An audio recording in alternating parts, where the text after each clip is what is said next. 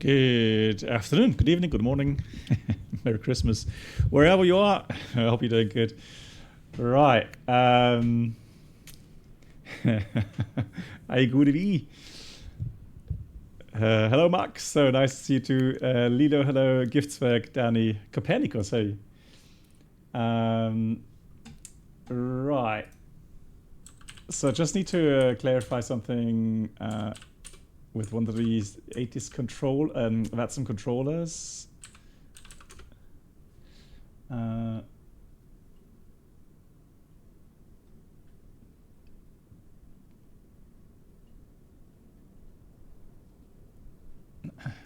right. Okay. So, welcome to today's stream, and I'm so sorry that I'm not able to stream the Concorde today. I had everything pretty much set up and practice enough to feel comfortable with flying it. And hey, Bon, how you doing? And hey, Ozzy. And then I got a message from the developer at FS Labs, and because I did have some issues regarding performance, so with FPS performance and some control issues. The control issues were on my side. I got that fixed with the help of that developer, but they told me that there will be an update coming out, and that should also bring some performance improvements. And so I plan to fly the Concorde now on Sunday. And what I can tell you, though, is that it kind of brought back the memories from my time when I was flying the Kolimata Concorde on X-Plane. And that was exciting, and I enjoyed that. And it's just a absolutely fascinating experience to fly London to New York, which would normally take about, I don't know, 6, almost 7 hours against the wind on a conventional aircraft, and on a Concorde it just takes just above 3 hours, and that's crazy. And I was fortunate enough again to be able to visit the Concorde exhibition in Manchester. Hey Alpha, and hey Javi, how you doing? And yeah, so with 2 good friends I was able to look at the Concorde again, including a cockpit tour. And yeah, again, what a fascinating aircraft. And to walk below or beneath that aircraft, look at the engines. Yeah, so yeah. And the thing is, so Giftswerk, I promised Brennel that we'll do some more Iceland tour flights today. And I didn't realize that the flight from Los Angeles to Honolulu is 5 hours 20 or something. And that's just too long. But I will do that flight in the not too distant future. And the idea would be, a Giftswerk, that I would be able to tell you a little bit more about the systems, etc. by that time, because I've now got all the CBT programs for the 787. Tomorrow I'll have my welcome day, and then officially the training starts. And yeah, so also there may be some changes in the sense where all the simulators are taking place. So part of them are taking place in Frankfurt, and part seem to be now taking place in London because of capacity issues. And so exciting couple of weeks ahead. And yeah, again, I'll have some time to stream from time to time and explain all about the new things I learned.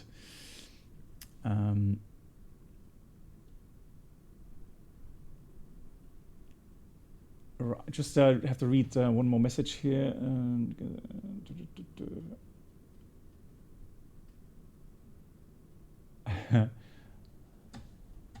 Right.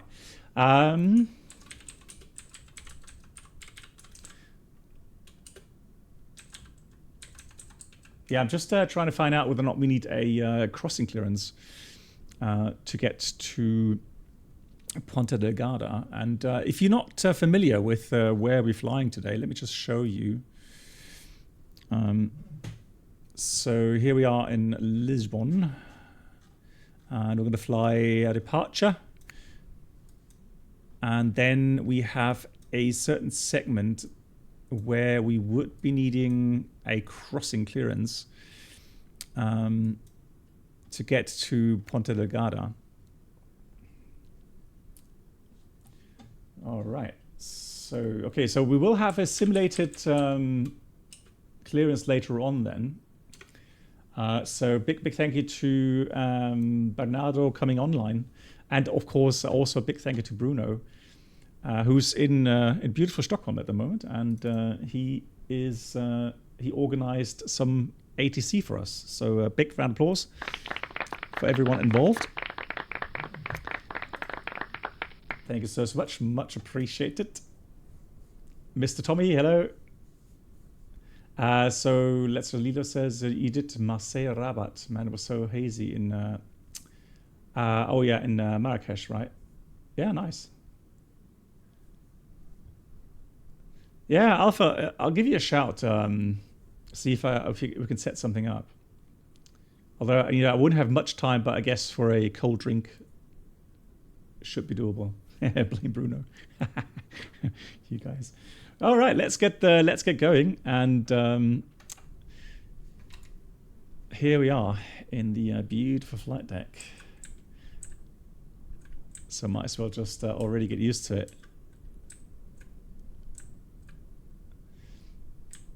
One thing I've learned already through an Instagram video is that you can lift that cover, and then there's a toggle switch where you can move the seat back and forth. Now, apparently you can actually get into the seat through the left-hand side here as well. I mean, there is enough room. Hey, Fornax. As it's a Golf Mike Echo is Rabat. Okay, I've never been there. Yeah, very tidy side. I mean, a good space for the flight kit for sure. That's nice to see. Yeah, and one thing I can already say, look at the pedestal and the overhead panel. It's just so clean. So it will be interesting to see. Yeah, and I think the biggest kind of things to learn will be the interaction of the checklist, system integration, etc. Yeah, exactly. So, well, here in the we have the same on the A320 with the life vests being stowed in the back seat there. Right. Yeah, it will be interesting to see how this kind of feels like from the size compared to the A320 cockpit. Because I had a visitor not too long ago in the flight deck, and I guess that person was a little bit surprised that the 320 cockpit isn't actually that large. Landing checklist complete. What we could do, let me just go through official procedures here, at least for the pre-flight procedure. And I told you guys on the last stream. So the weird thing is, we are a couple of captains training together. So there's 2 captains per team, and so we're going to have to learn the items for both sides. So I've got to learn the items for first officer and captain. And then the submissions will be... Captain Black Box Duo Channel. Hey, Luca, experience. That's a new member. Thank Could you. new subscribers please make their way to the first class cabin, where complimentary drinks, snacks, and premium flight infotainment will be served. Thank you. That's pretty neat. Do you see that? Thank you so much, Luca. That's a new member. That's a tier 1. Thank you very much for the support, Luca. That's really kind of you. Thank you so much. And Luca, you have now access, if you connect your Discord with your Twitch account, my Discord with your Twitch account, then you get access to many interesting channels there, which are only available for the subscribers. Have a look in there. Hello, Black Box. Yeah, Sluddy, yeah, right. And Brennel, hello. How's your flight going? Hope everything's good. Thank you so much, Luca. That's really kind of you. Thank you. Missing the A320 already? No, deep diver. No, I'm not. Even though I have to say, I watched what's the guy again on YouTube that does London Heathrow live streams. He was in Frankfurt yesterday or 2 days ago, and lots of 320 on Neos landing there when I watched. And thank you very much, Danny. Yeah, Big Jet TV, exactly.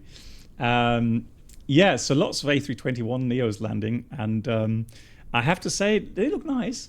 They look very nice, no doubt. Oh, nice, Brennel. There, keep your fingers crossed that you'll be able to land there. Cool. Alrighty, let's get going. The preliminary pre-flight procedure assumes that the electrical power supplementary procedure was completed. Okay, I didn't do that yet. So so let's have a look.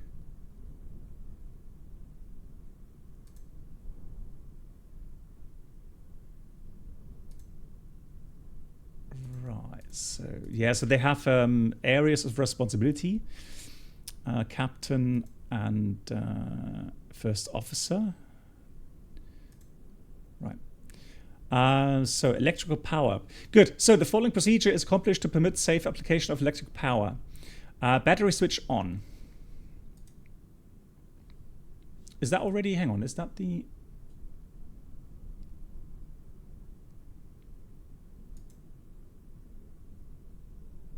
Yeah, it is. So battery switch on.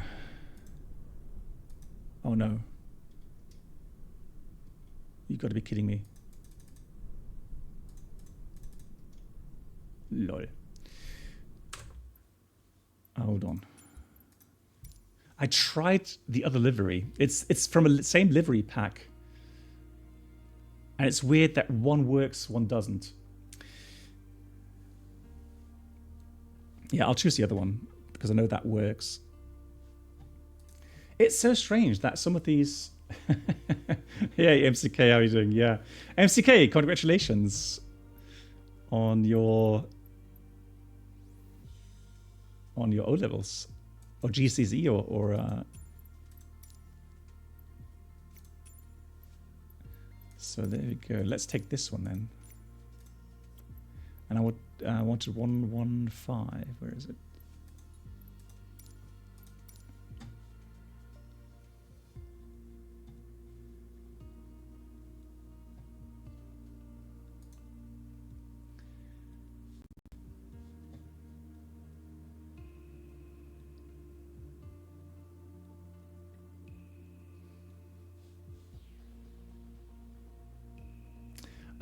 Bon, you start your APS MCC in an 8 to 2 weeks. Oh yeah, good. Best luck for that.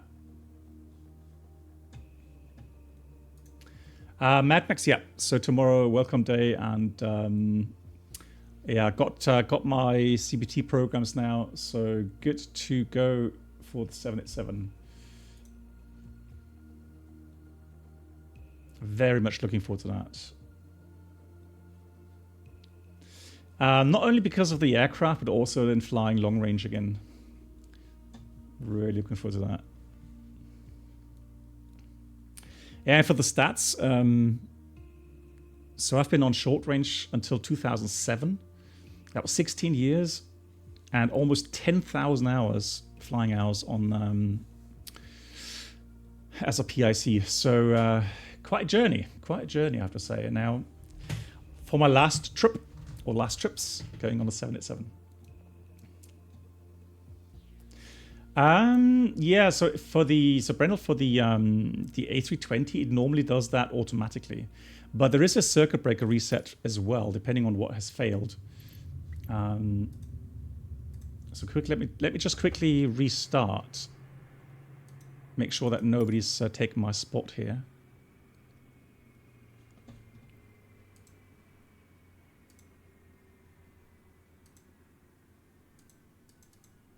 Just opening some doors here. There we go. Cool. Let's have a look. Right, battery switch on. There we go. Now it's working. Cool. So battery switch on. C1 and C2 elec pumps selectors, make sure they're off. Demand pump selectors off. Wipers selectors off as well. Off. And then landing gear lever off. So this is pretty much the same sort of security check you do, or safety check, before switching on external power or switching on APU. Alternate flaps selector off. That's a gear. There we go. That is off. That's the alternate. So you see, that's why it's a good idea actually to have like a sim to practice these things. Get your way, get to know your way around the cockpit here. So alternate flap selector is off. Electrical power established. So if external power is desired, external power bay lights illuminated, and then external power switches pushed. And normally you only do left and right.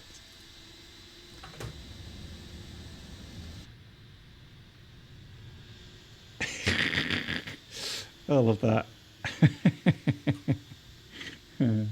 Oh, you're going to love VATSIM. Right, I would say this aircraft could do with a new paint job. Blimey, it's dirty, it's been weathered, worn. I would seriously be embarrassed having to sit in such an aircraft. I mean, as a passenger, would you think like, okay, so if they save all this money on just a little bit, you know, paint, what else do they save money on, right? Okay, so and that's the electrical power up checklist completed, or items completed. Right, then we go security check, perform IRS selectors off 30 seconds, then on. Okay, they have been off, so we go on. Verify on bat light is extinguished. I don't know if the real aircraft, it comes on for a couple of seconds and goes off again. Very likely. Status display check. Verify the only expected messages are shown.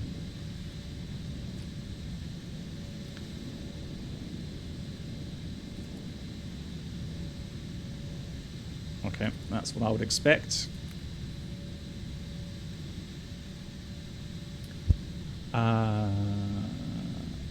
Just imagine Russian wings all taped up. Yeah, I mean, hey, Petricor, can I ask you how many hours you're planned monthly? I want to compare.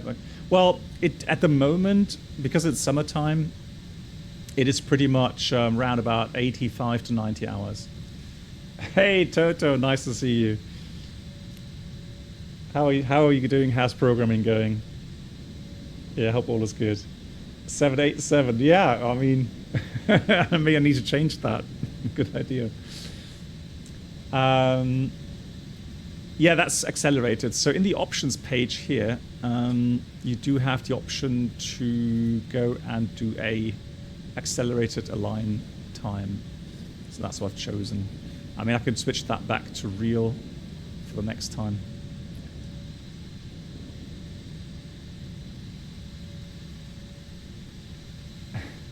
Hey, MT Cross, how you doing?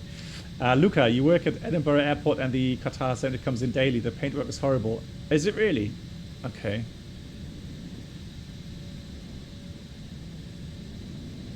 Oh, MCK. I am honored.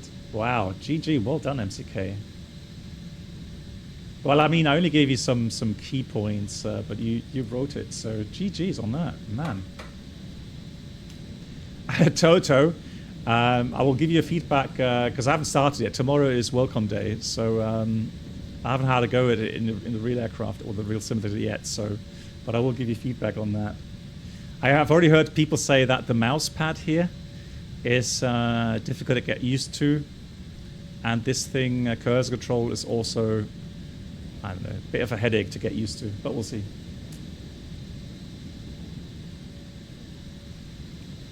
Yeah, petrichor. The last 3 months, I've said it, for me have been really, really strenuous.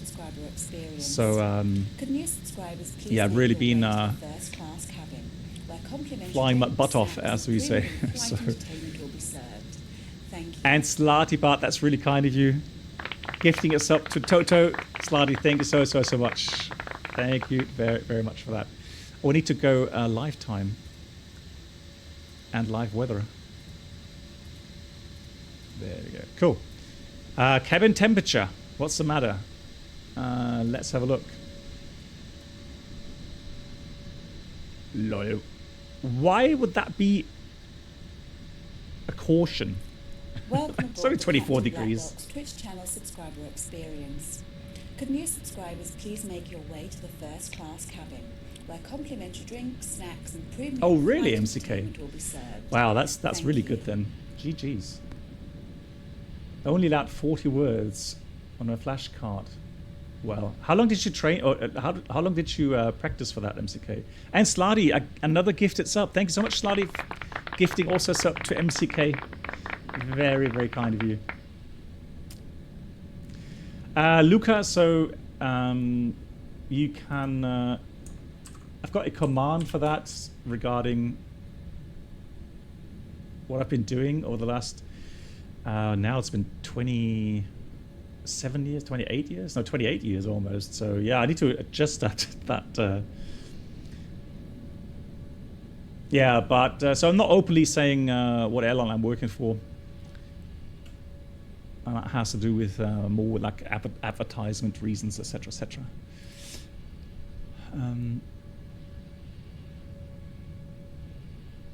Oh, Toto, lol. I'm glad I read your disclaimer on that. If that were possible, Toto, that message would come on 1,000 times per long-range flight. Okay, so we've got the status display shown. Verify that the following are sufficient for the flight. Oxygen pressure.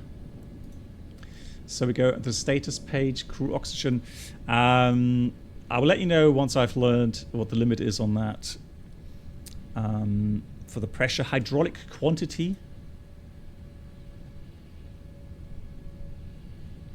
And the engine oil quantity. That's something really you would check on every aircraft. It doesn't matter if it's a 737, a Challenger, an A320. You always check these things. So fuel, hydraulic, and the oxygen obviously are things that you need to check. So where's my... oh, engine is here, of course. Well, that's interesting. There we go. Oil quantity. There it is. Oil quantity.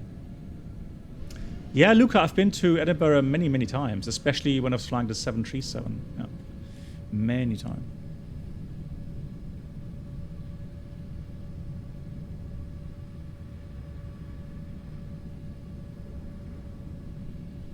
Yeah, that's true, MCK.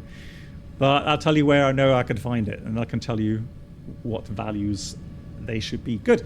ICAS display check, verify only expected alert and memo messages are shown. Fantastic.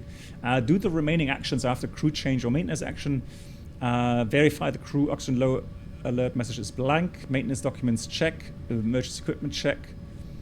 Flight deck door, flight deck overhead door check and latched. So I guess that's the.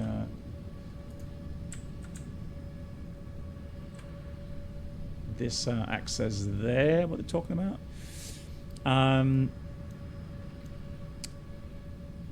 Emergency entry requests, I'm not going to tell you about that. Broadband comm switch on. Broadband comm switch. I'm not sure if you have that here.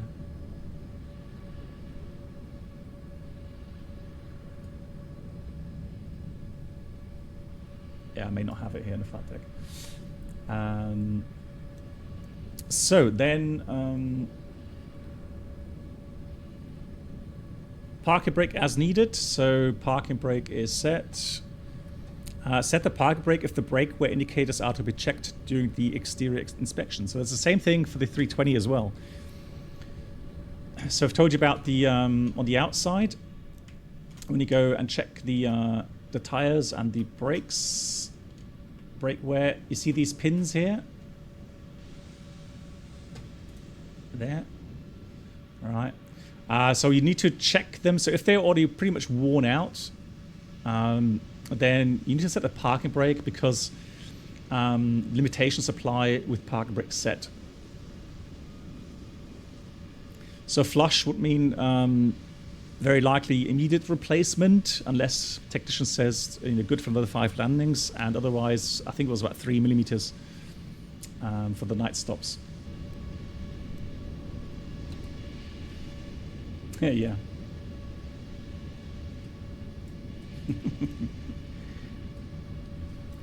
Oh yeah, I've seen that. Yeah.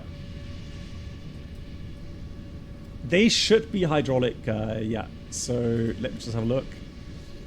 Doesn't say that on here, but I would be surprised if they were. But Toto, give me a couple of weeks and I'll tell you all about it. Sim Caesar, nice to see you. Guten Abend. How are you doing? Greetings.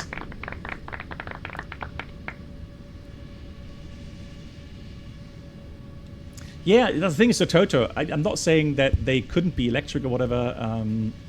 They could surely be, but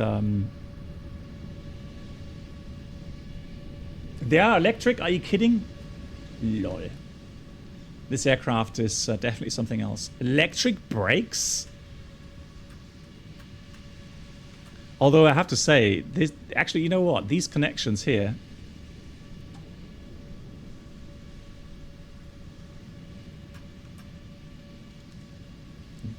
That's weird. Isn't that pneumatic?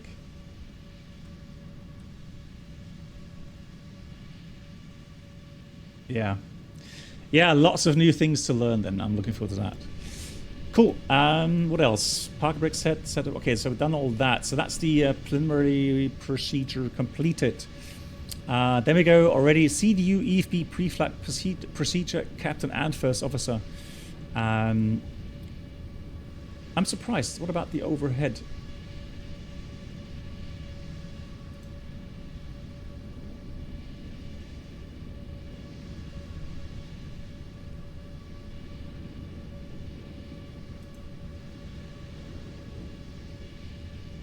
So that is the overhead panel is for the first officer. That's interesting. So exterior inspection obviously done by the captain, and CDU pre-flight procedure for the first officer we've done. So now I guess that would be pilot flying. Yeah, MCK, it seems the same here for the so that we call that CDU EFB pre-flight procedure. So edit data, set, verify model is correct, database up to date, engine type are according OFP, engine rating is correct, verify drag fuel flow parameters are consistent with the OFP. Yeah, database obviously is active. And on the CDU position edit page, verify the time is correct. And enter the position. Our GPS already taken over. Thank you much, Giftswerk.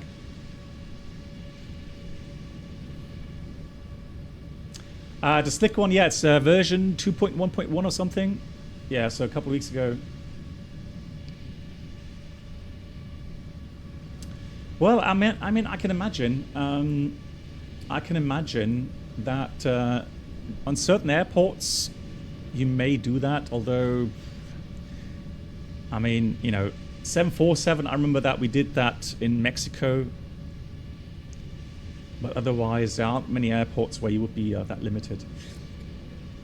Sim Caesar, so. Yeah, I keep asking you. Hope I'm not getting on your nerves with that. Have you been flying in real life now? Is it better now? Exponent magnet? No, not yet. Not yet type rated, no. Starting my type rating. Are there switches below? You mean these? No, these are not switches. I would imagine that's something else. It looks weird, doesn't it? But I think these are fasteners. So quick fasteners or something to access panels. My guess. So,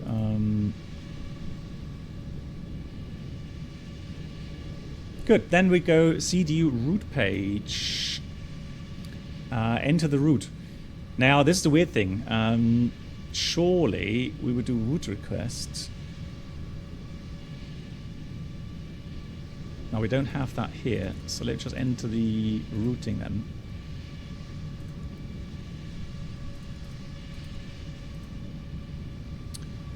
We are TUIJet 711.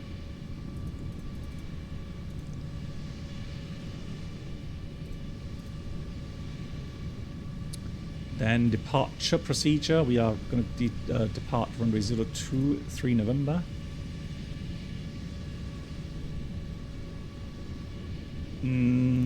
I don't think so, Reynolds. Or is there? Maybe if you download it into a folder somewhere, maybe then. Does anybody know? Does the Kuro support that? Sim Caesar says not in real flying yet. Both of them are. Oh, okay. Density attitude problem. Oh no. Oh dear. Yeah. I hope that changes soon. So for the flight plan, let me just call that up. Flight plan says direct to Komot. Now it is a crossing. Oh, this will be interesting now. Hang on. Komot. And then 38. 38. Can I do it this way?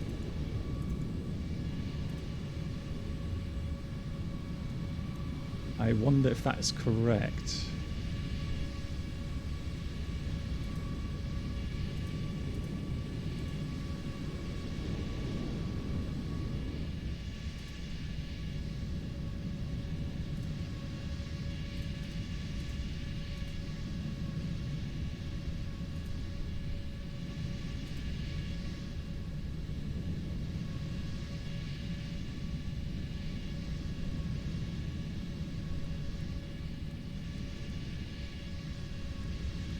Oh, it's taken a different.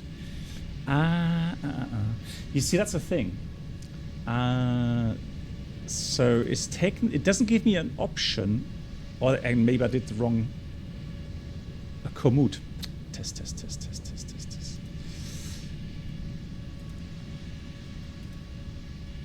There is a fixed commode. I knew that there was a commode fix somewhere, but it's not the one today. It's actually commute.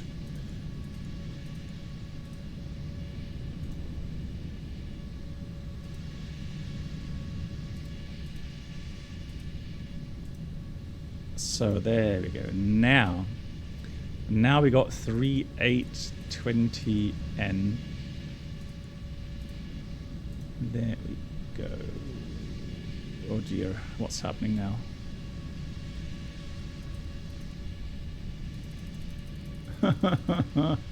What is that? Did I enter that again? Hang on. I did enter commute, didn't I?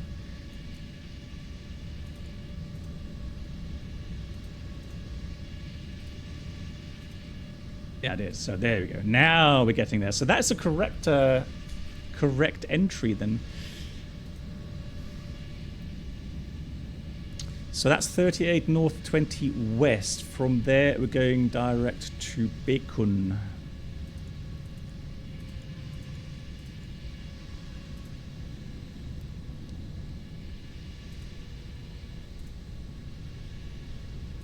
I have to get used to this new setup here. It's weird how these FMS from different aircraft differ just slightly all the time. Is it loud? Well, that's from the other aircraft, Reynolds. Lots of aircraft. Let me see if I can dial that down a bit then. Just give me a second.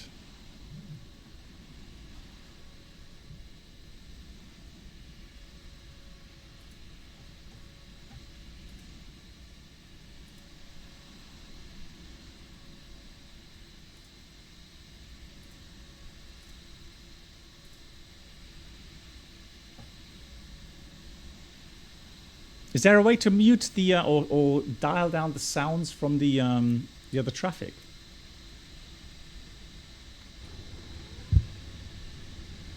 So Beacon, and then the Beacon to Sierra. So departure arrival again. Departure arrival index. Arrival.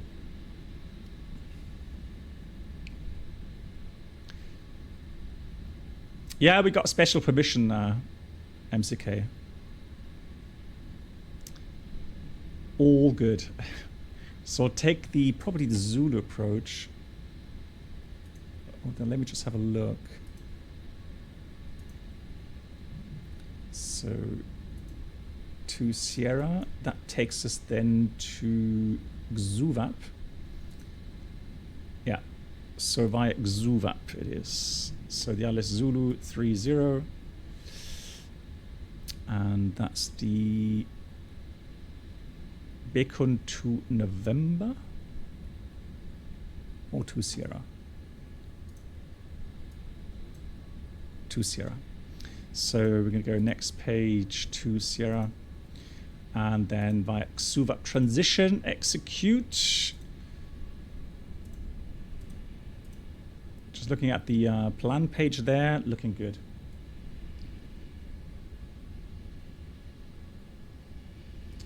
Accessibility, environmental. Do you really think so? That's okay. Sound.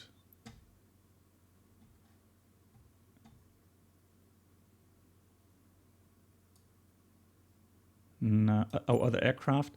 Well, I think isn't that just the ones from? That is not from VATSIM though. Well, this is quieter now, I think. Yeah, it is a bit quieter. So we've done all that. Routing is inserted. We go to position reference page 2. So index position reference page 2, and verify correct RMP for departure as needed. So actual 0.02 and 1.0 is required. There you go. So that's good. Verified correct route page. Check legs page as needed to ensure compliance with the flight plan. We've done that. Radio nav page. Tune for the departure. So we shall do that. Let's have a look. It's an RF departure. So RF 1 required. GNSS or DME or DME IU update required. After takeoff, contact Lisbon approach, passing 1,000 feet. Mention only the call sign and passing altitude. Interesting. Transition altitude is 4,000 feet. Initial climb 60. And Lisbon is what we'll set. So I'm going to dial in 6,000 first of all. And then we go Lima, India, Sierra in here. Make that manual.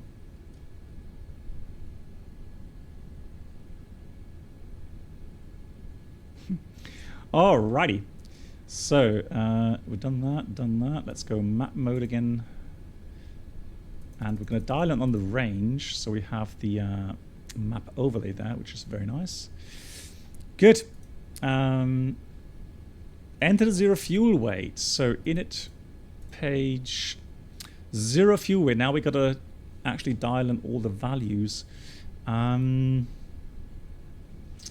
think that's still done through the weight and balance system, isn't it? On this aircraft.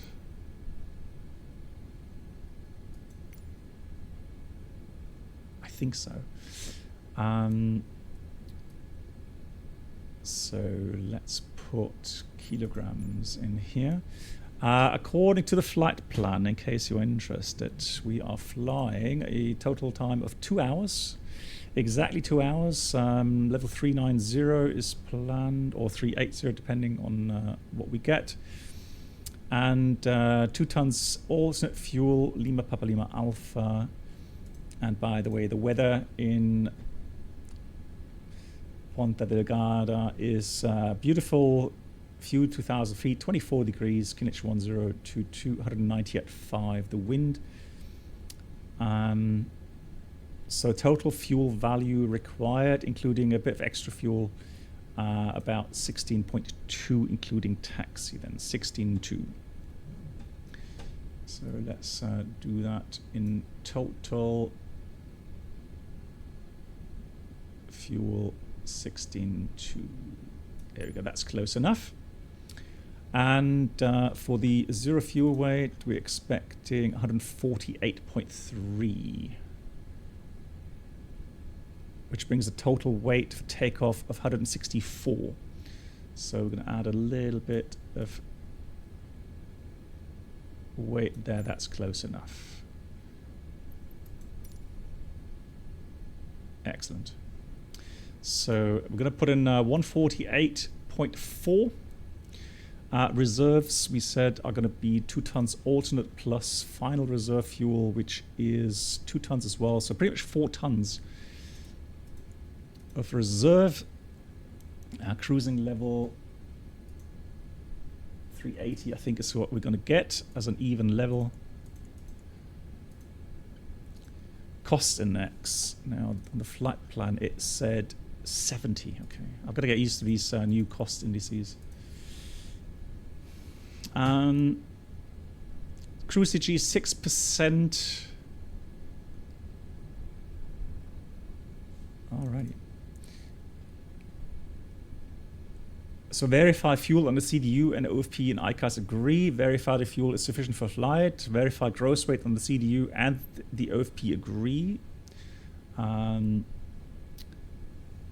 So it's 164.6. That's fine.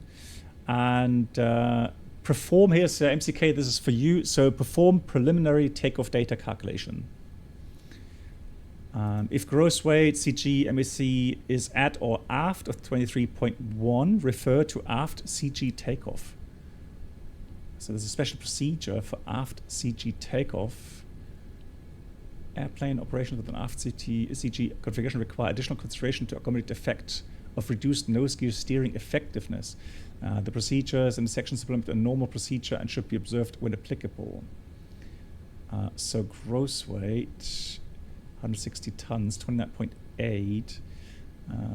The combination of an aft CG, rapid thrust application, and sudden brake release can result in reduced directional control during the initial takeoff phase. Well, there we go.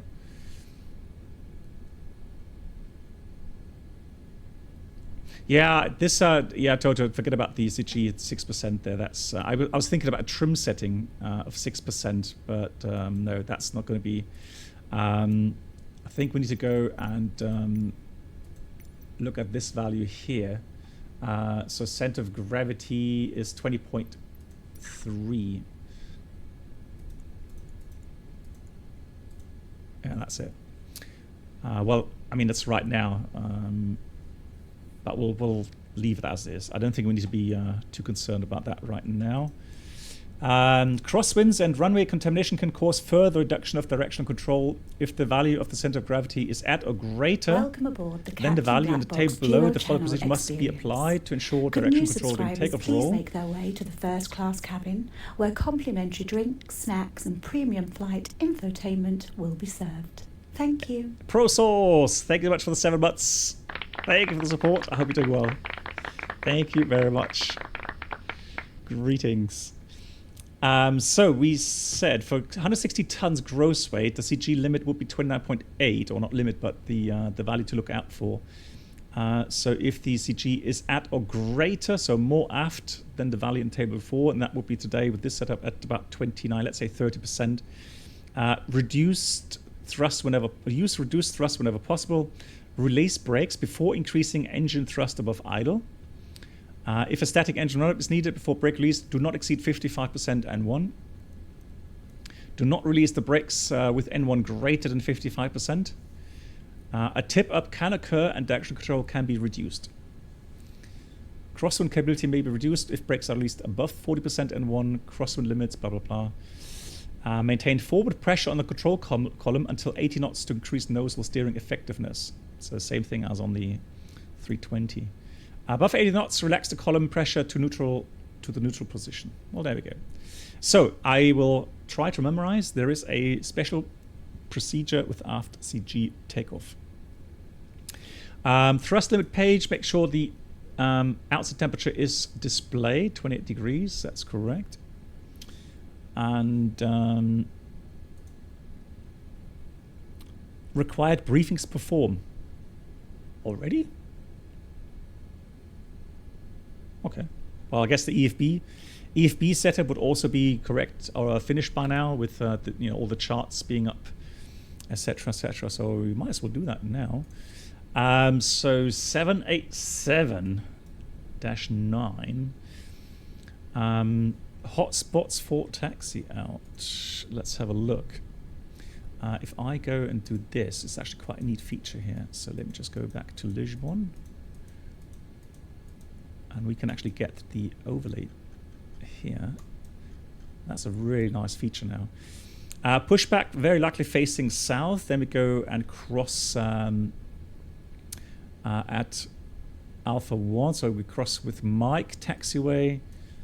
Oh, it's not crossing anymore. It's not runway anymore. So Mike, all the way down. Either uniform 1 or it says November. I can't zoom in anymore on that. So it's got Mike 5, November 2 holding points. So yeah, this is the thing we got to be careful. I think the last time I actually got into the wrong intersection there. So left side, Mike, right side, November. We will memorize that. Hotspots, not really. Don't see anything. Departure route is going to be the Busan 3 November sector, initially 4,000, then 3,000 feet, then over water. Initial climb flight level 60. And so departure 2,000 or above, turn right, Papa Tango 416, 3,000 above, Monua 60 above, and then to Uzen. The pink area hotspots. Hang on, let me just check. Man, I can't zoom. I can't even see that on my monitor. That monitor's too small there on the left side.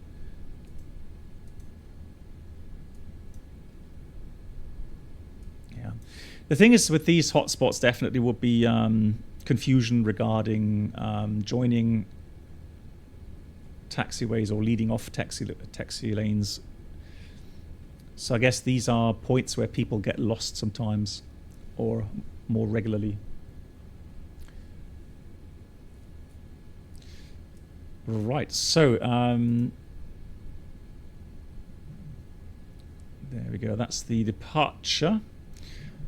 Extra fuel, 2 tons. That's about 30 minutes flight time here in the 787. And then in case of engine failure, we have a following procedure.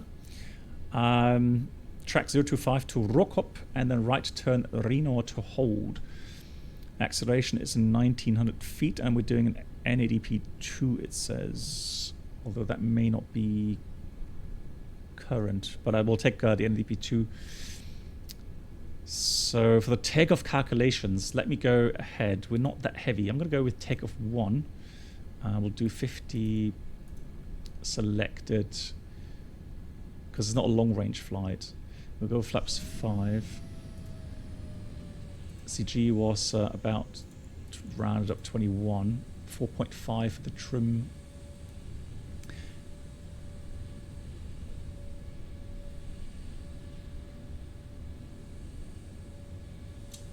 .5 speeds we'll take as it is here.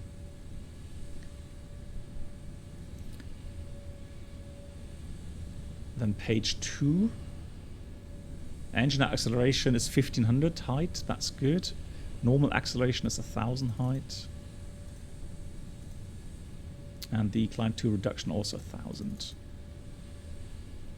height.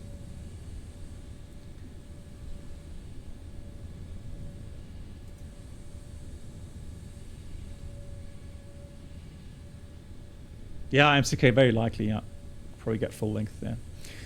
Cool. One more thing I wanted to check on the Lex page, make sure we have these restrictions in, and VNAV transition is 4,000. Very important to enter that as well. And now it's showing correctly 60 above there. On Mornor. Fantastic, cool. So that's correctly programmed. So outset check was performed. Flight procedure captain, AFIS control panel set. So minimums reference radio or baro is going to be baro. Minimum selector set position or altitude reference. I guess maybe, isn't it Boeing procedures where they enter acceleration, engine out acceleration initially?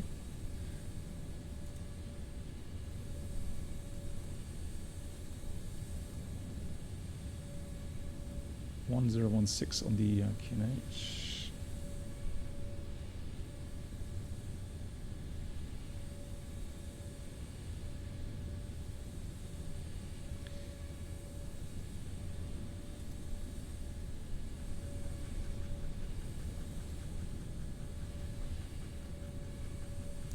So let me just do that. I'm not sure if that's 100% correct, but it doesn't say what you should set there, but I think, yeah, engine out acceleration probably would make sense in this case. So that would be 1900. Oops.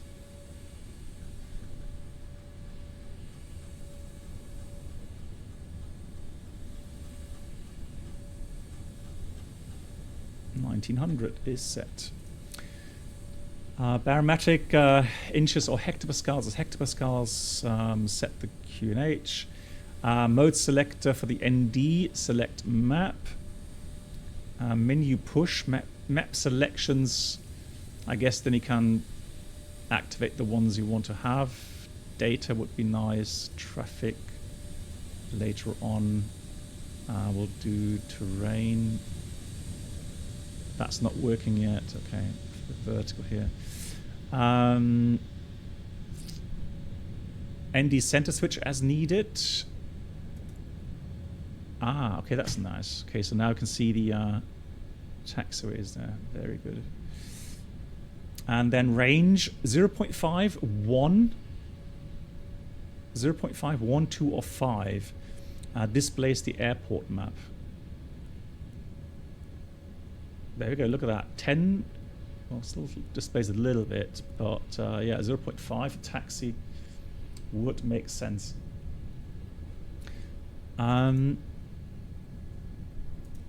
ND weather switch off, traffic and terrain switches as needed, display selected panel, ICAS transfer switch as needed.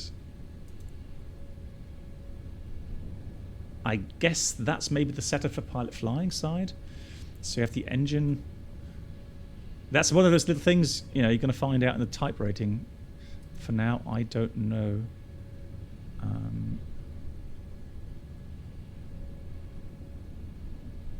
But I guess as pilot flying, I want to see the engine instruments here for the scan. Right, mode control panel, set flight rate switches on. Arm the outer throttle arm switches, already arm. Okay. Autopilot disengage bar, this thing here is up. And then heading track reference switch, where we've got heading. Heading selected. Bank limit selector auto is set to auto there. Altitude increment selector as needed. Oxygen as needed. Oxygen mask stowed, doors closed. Reset test switch. I don't think that's working here. No, not working. Emergency 100% normal selector. Forward panel brightness control. Inboard outbound display brightness. Contrast controls. Mid position. So these would be mid position there. Contrast stuff. Yeah, I wonder. You know, one thing I wonder how bright they are, because I know that we had some issues with the EIS 1, so the CRTs in the A320, in the older ones, 319 especially, and 321s. If it's very bright in the flight deck, you've got your sunglasses on. Even if the sunglasses aren't really dimming that much, like mine, you had sometimes issues reading numbers of the displays. So it'll be interesting to see how this works out in the 787. Air data, attitude selectors, so it's all these things here on norm. Flight instruments check, verify flight indications are correct, verify no flags, or only the following flags are shown. TCAS off, traffic off, and no V-speed until V-speeds are selected. Well, okay, so we got V-speed selected. Verify that the flight mode and status are correct at the moment. Toga. So auto throttle mode is blank, roll mode is toga, pitch mode is toga, and AFDS status is flight director. This thing here. Select the map mode and integrate a standby flight display. Verify approach mode display is blank. Integrate standby flight display. What? Approach mode display is blank. I don't think that's... Is that this thing here?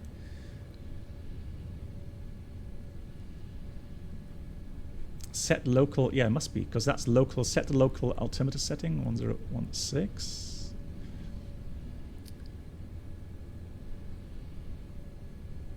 Verify flight instrument indications are correct and verify that no flags or messages are shown. Hey, Fly 787. Hey, how are you doing? Nice to see you. You won't have any issues with the brightness. Fantastic. That's good to know. Also, at my island, it was up to the pilot flying as to who had the full nav display. I usually put the full nav on my side. Really? So, okay, so Flight 787, thanks for the feedback on that. So, wouldn't it be a bit far away to check the engine instruments? Oh, I guess you were flying with the HUD, right?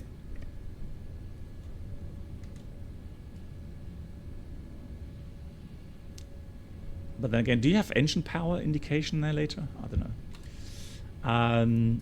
Yeah, that's the only concern that I have. That you know, that's really far out. Yeah, but Brennell, you know, for the approach power settings, I don't know, MCK. Like I said, I've never been in the 787 flight deck yet. I don't know how the scan works from here, and then instead of going. And again, let me remind you that we do not use auto thrust for landing. So manual flight, manual thrust.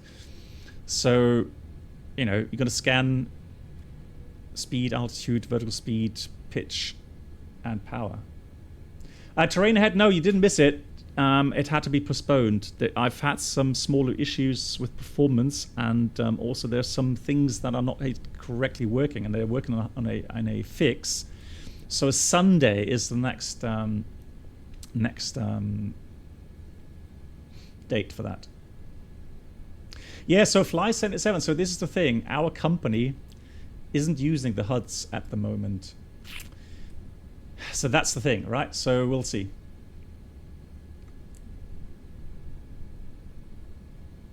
You mean this? I don't know. Is it Fly 787? Do you get CPDLC messages here on this side, or is it somewhere on the main screens? Yeah, I know. I'm really upset about that 787. I don't know if it's just for the leased aircraft or if it's for the ones that we get later as well. So apparently it's a cost issue, which I find silly, but that's just me. Then speed brake lever down, reverse thrust levers closed, flap lever set. The flap position indicator does not show when the flaps are up. Set the flaps in agree with the flap position? Well, they are 0 up. That's one of those things. So in the Boeing, they're called flaps up. And I promise you, the first couple of weeks, I'll always say flap 0 for the command. No, flaps up from now on.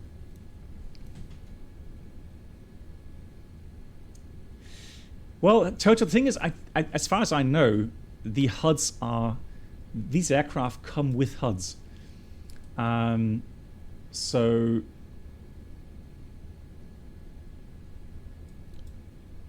So they are there. It's just they're not used. You know, training costs, maintenance costs, maybe. Yeah. They come up under the flight info screen. Oh, so they do come up here. That's really neat because I love how the info is displayed there. So you get the call sign, the frequency. You've got your microphone push to talk switch there. So I've seen that on some videos. You can rest your hand very nicely on that glare shield and then just with your thumb just activate the push to talk switch there instead Great of the, to see you again. Oh, that's really kind. Fly 787. Thank you so much. And thanks for being here. I love all these inputs. Really good. I think so, MCK. Again, I've not gone through the complete procedures yet, so...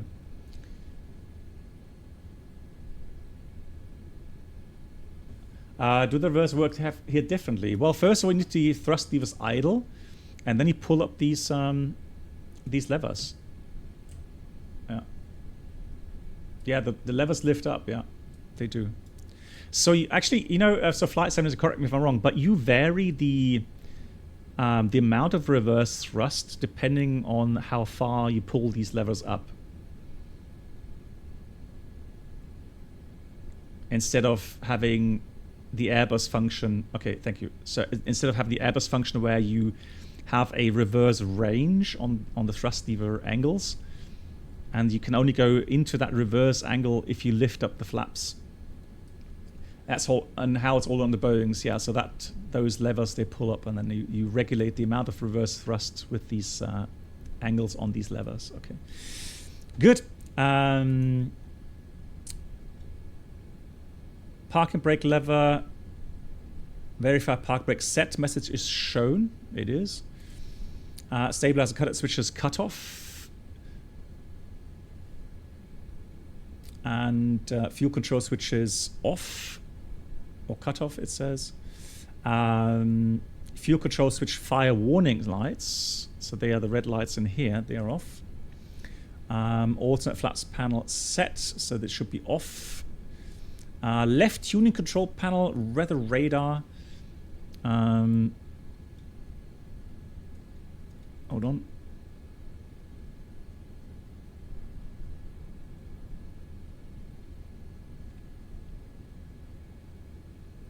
So here we go, weather radar. Okay, that's up in here. Okay. Then for the frequency is set, let's just set ground 12175.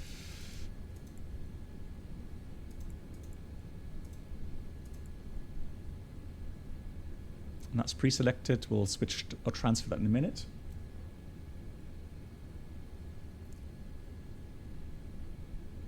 Yeah, so that's a transponder mode. Hang on.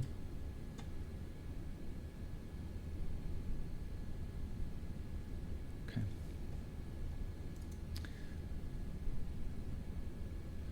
Right, so transponder, we'll get that in a minute. Seat adjust, rudder pedals adjust, fuel quantity check the fuel quantity, balanced as well. And then you would have the pre-flight checklist, although obviously the first officer has to do his pre-flights as well. So he would do the pretty much the same identical thing on his side regarding all the displays. And then he would do the overhead panel as well. So towing, power,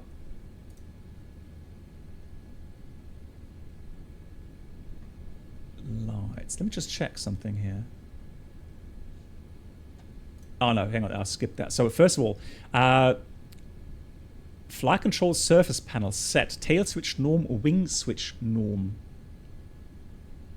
So you always go from there down on these panels. So iris is already aligned. Heading reference switch norm. Primary flight computer disconnect switch in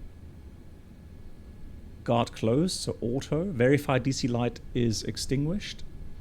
Disconnect, not DC. Disconnect light extinguished. Electrical panel set. So battery switch is on. IFE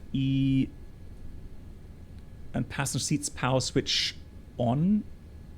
Cabin utility power switch on. APU generator switch. Going to put this to start here. On. They're always on, it seems. Generator. Hey, Oliver. Doing good. How are you doing? Generator control switches. Verified that the off lights are illuminated.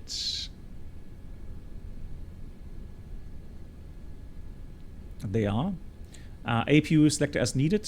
So we're just starting the APU. HUD brightness control, we don't touch that. Left wiper selector off. Towing power panel lights off. Flight deck door power switch on. CCR reset switch guards closed. Emergency light switch to guard closed. So I guess we're going to put this to armed, guard closed. Service interphone switch to off. Welcome aboard the Captain Black Box. Do not push the passenger oxygen switch. Do not push that, it's guarded. The switch causes deployment of the passenger oxygen masks. Big no-go switch there in normal operations. Don't touch that. Hey, Pilot 19. Hi BB, all the best for your type rating. Thank you very much. Big round of applause, Pilot 19. Thank you for the 42 months. Yes, Sir Toto, they are. So the 777X type rating will be in line with 787 type rating. So you should get a joint kind of rating for both.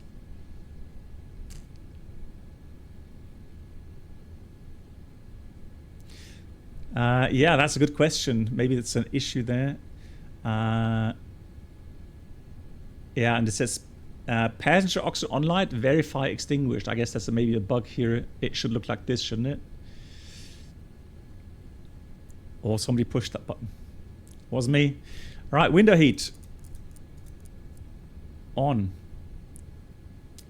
Verify in-up lights extinguished. Do not push the ram air turbine switch. Big red warning there. Don't touch it. This switch causes deployment of the ram air turbine. So these two switches mean big delays if you press those. Hydraulic panel set. So this is going to be interesting. Left and right engine primary pump switches.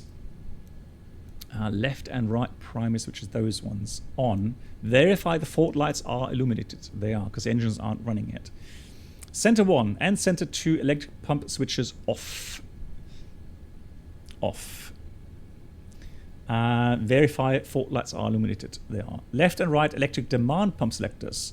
Verify, so they are off, and verify fault lights are on. Seatbelts on. Lighting panel, overhead panel lights on. Master brightness switch as needed. Glare sheet panel flight control mid. Landing light switches should be off. Ground test selector set to norm. APU fire panel. Check the discharge light is extinguished. APU fire switch is in. And verify the APU fire warning light is extinguished. Fire cargo panel. Arm switch is off. Warning light extinguished. And verify the cargo fire discharge light is extinguished as well. That doesn't work yet. Yeah. Then engine panel, engine mode switch, engine as a EEC mode switches norm. These are norm. They are not clickable here either. Start selectors norm. Fuel jets panel set. Make sure they are off. All valve lights extinguished. Fuel to remain selector in. And fuel jet arm switch off. Fuel panel crossfeed switch off. Then we want fuel pump switches off. Fuel balance switch off. And then lighting panel. Anti-ice. Wing anti-ice selector auto. Engine anti-ice selectors auto as well. Lighting panel beacon light switch off. Navigation light, let's put that to on. Logo light off as needed. Wing light off for now. Indicator light switch auto, although it sets off for us here. Taxi light switch as off, and strobe light switch as needed. We'll leave that off for now. Broadband com switch, don't have that. ELT switch, guard closed. Humidification switch, what a name. Yeah, okay, Toto. Yeah, I mean, it's a freeware kind of thing. Yeah, I was definitely sure as well, Toto, that this should be on. Yeah, because that means that has been deployed, right? So yeah, thank you, Toto. Humidification switch on. Then we've got the forward cargo air conditioning control panel as needed. Bulk cargo temperature switch as needed. I'll leave that in auto. It's not. Oh, it's model actually. Oh, interesting. At least the level there. Cool. Recirculation fan switches upper and lower on. Temperature control, mid position, pack switches, auto.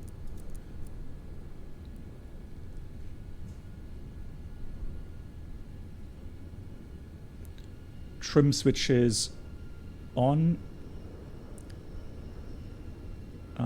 The fault light's extinguished. The ventilation switch, verify alternate light is extinguished. Then we have pressurization panel, outflow valve switches in auto. Man lights are extinguished. And the landing auto selector is in off. Wiper off. HUD bright display. Okay, flight director. Okay, that's the same thing again on the co-pilot side. Oxygen test, blah, blah, blah. Landing gear. Engine fire panel. Okay, so he switches. So the FO checks the observer audio control panel, the flight deck door access selector, engine fire panel, flight slope inhibit switch.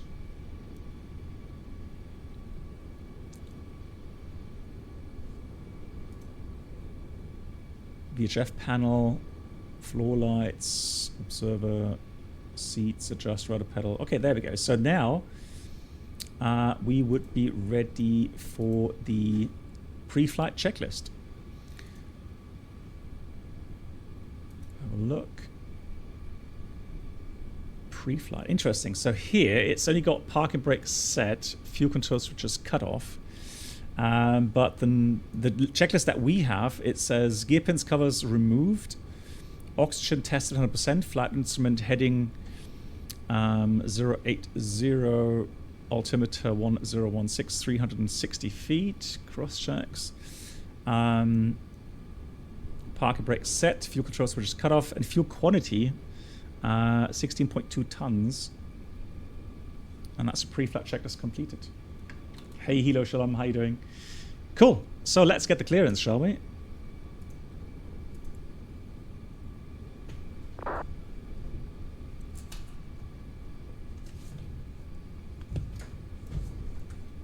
So we are TUIJet. Let's just write that down. 711. Airport 267, Tango Romeo. Are you able to receive voice?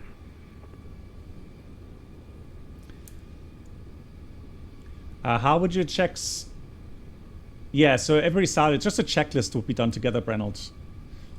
So all the items that you do, so these switches, I wouldn't announce that. I would just simply do that. Yeah. Lisbon ground, Ponta from Tweetjet 711. We have information Kilo requesting clearance, please. Oh, push to talk isn't set. Test. Push to talk. Lisbon ground, Ponta from Tweetjet 711. Information Kilo requesting clearance to Ponta Delgada. Tweetjet 711, information Kilo is current. Cleared to Ponta Delgada via the Busan 3 November departure. Initial climb level 60, squawk 4775. Tweetjet 711 is cleared to Ponta Delgada, Busan 3 November departure. Initial climb level 60 at the squawk 4775.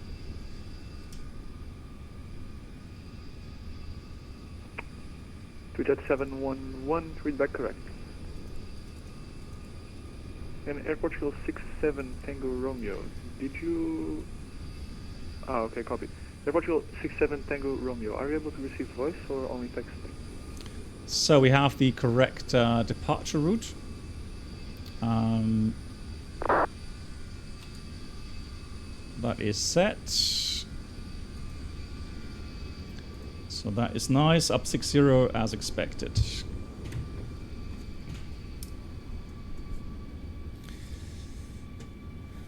Alright, then let's go before start procedure.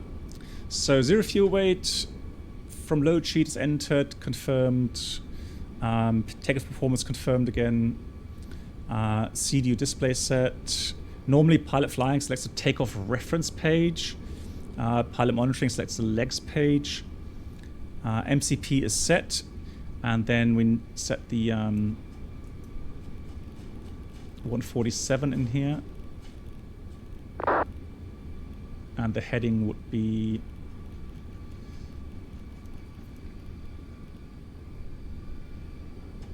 initially, let's check that.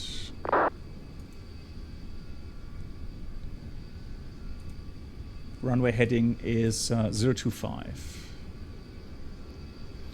That is set. ARM LNAV, ARM VNAV, checked. Heading set, initial altitude set, taxi takeoff briefings completed, exterior doors verify closed. So I'm going to close the door, main door, cargo. Let's have a look for the systems doors. So the cargo door is still opened. I should close that. Fantastic, all closed.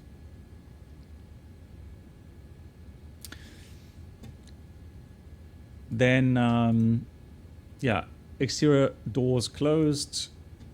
Ground communications. So let's already get GSX in here. What time is it? Oh, a bit longer again, as expected.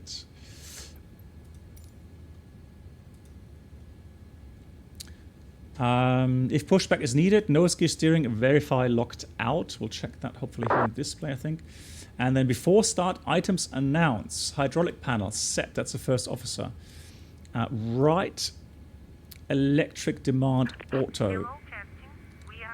Fault light off. Center 1, center 2 auto. Verify fault lights go off. And then left electric demand auto, same thing. Verify fault light is extinguished. Fuel panel. Fuel pumps required on. Make sure pressure lights are extinguished. Beacon light on. That's also first officer. Cancel recall switch push. That's normal. And trim set 4.5. Rudder trim neutral, mobile is off. Before start checklist. Now this is the thing. So normally, pretty sure we would go with before start here. So passenger signs on. MCP V2147 heading 025. Good 60. night, Black Box. Flies, thank you much. Yeah, once again, thanks so much for all the inputs, Flies. Take care and thanks for your support. I'm very much looking forward to flying the 787. Takeoff speeds V1, 131, VR 137, V2 147. CD pre-flight is completed. Trim 4.5 units 00. Taxi takeoff briefing completed. Beacon is on, and that's the before start checklist completed. So let me have a look where I need to go. Twitchjet 711, stand 115, requesting push and start. Twitchjet 711, push and start approved, facing south, UNH 1016. QNH 1016, push start facing south, approved. Twitchjet 711. Right, there we go. So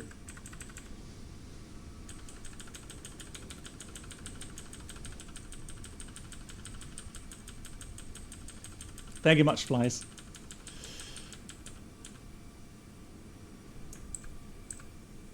So there we go. Exiting from editing mode. Please wait. Brakes released, ready for push, face south. All engines clear. Start at wheel.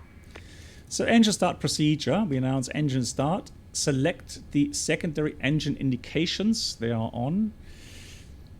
And then start sequence, well, let's do 2 and 1 together. The engines may be started at the same time. And then call start 2 engine, start 1 engine. They are electrically powered, so these are electric starter generators, as they're called. So they function as electric generators as well as the start generators for the engines. And then fuel control switches run. That's very important. It has auto start, so it does everything correctly.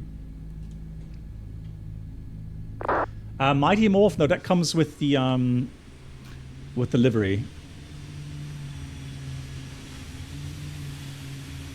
It looks terrible. Oh my god.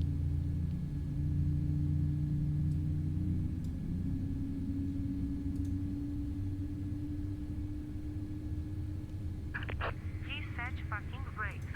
Waiting your confirmation for a good engine start. Cockpit to ground. We have a good engine start. You can disconnect. Right, running. Good. So then we go and do the before taxi procedure. Before taxi items, flaps 5.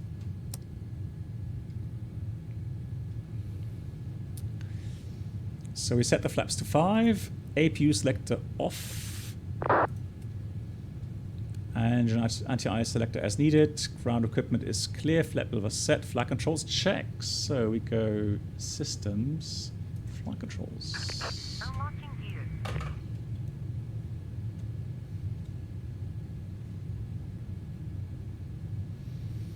Flight controls check. Transponder is set to transponder secondary engine indications off. Bypass being removed. Remove it. Thank you much. Give a hand signal. Have a nice day. Left is clear. Recall checked.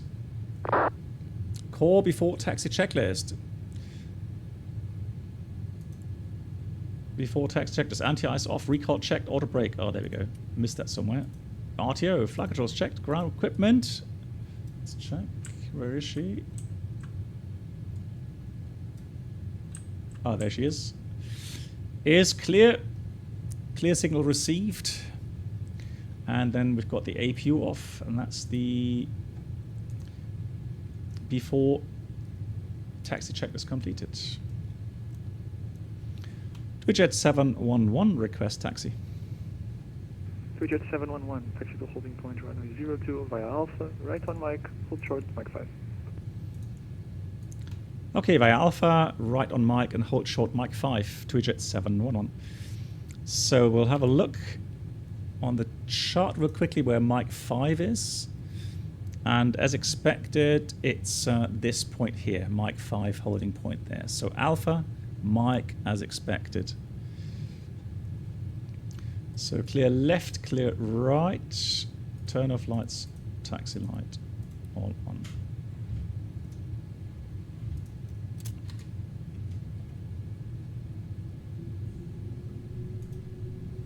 Why did they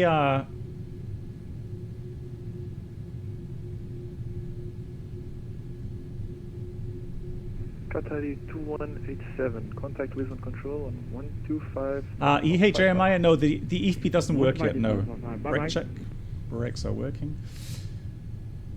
In the roadmap, yeah, SU13.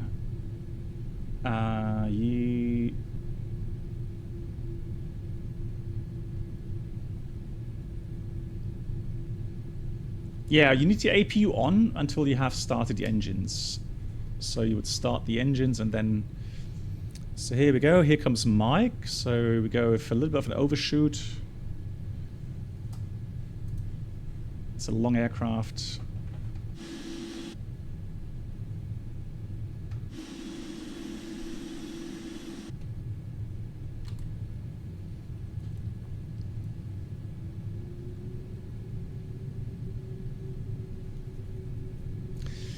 Yeah, I've never seen 3.5 in use, so mostly it was just where they parked aircraft on sometimes on this part here.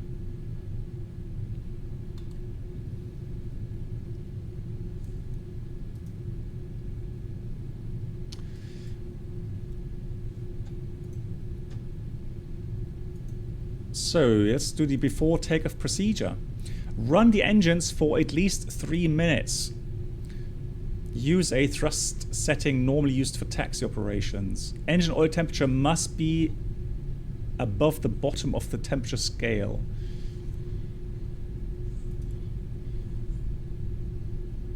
Just looking for the oil temperature here.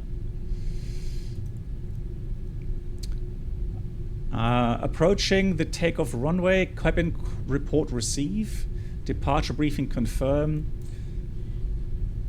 and then before takeoff checklist, flaps 5, green, cabin report is received, and topaz cross check. So takeoff performance calculator cross check again, runway 02 cross checked, and that's the before takeoff checklist completed. So we're going to take the left side here.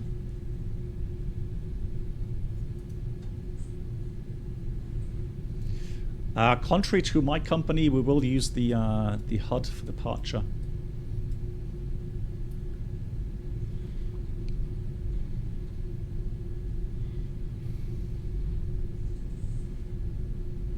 Jet 711, contact Lisbon control on 125.55. 125.55. Thank you so much for the service. See you next time. Jet 711.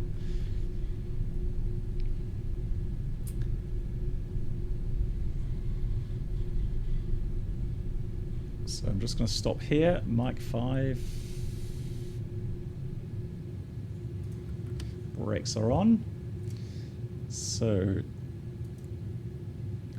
one thing about the quality wings that I find quite nice is that if you press that that transfer switch here, or that push to talk switch, it pops up the panel. So this panel pops up. 711, boa tarde, via Mike, line up and wait, runway 02. Boa tarde, via Mike, line up and wait, runway 02, to Jet 711.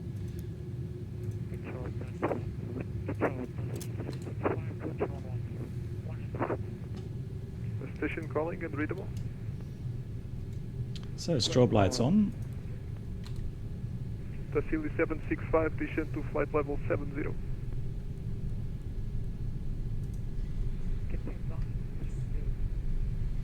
Yeah, Brennell, they have it installed, but they don't use it, which I find somewhat...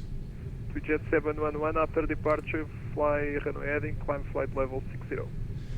After departure, climb runway heading, flight level 60, to Jet 711. Jet 711, read back correct, wind 330 degrees, 14 knots, runway 02, clear for takeoff. Cleared for takeoff, runway 02, to Jet 711.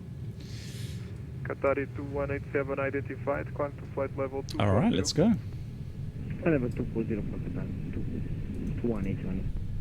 Takeoff. Taxi Air 765, continue descent to 4,000 feet, QNH 1016. Clear the ILS approach, runway 02.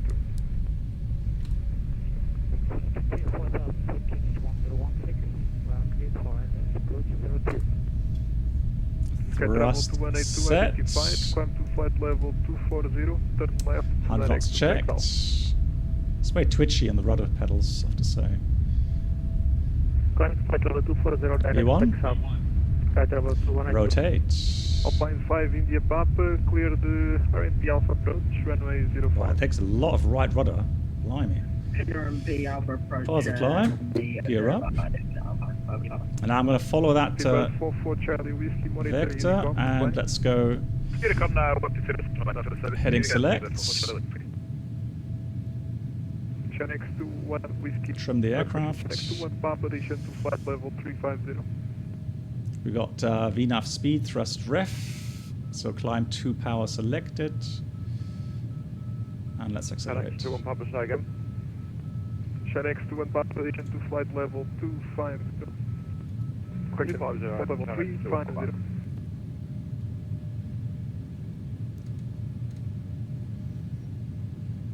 Shanex to 1 Papa. Flaps 1.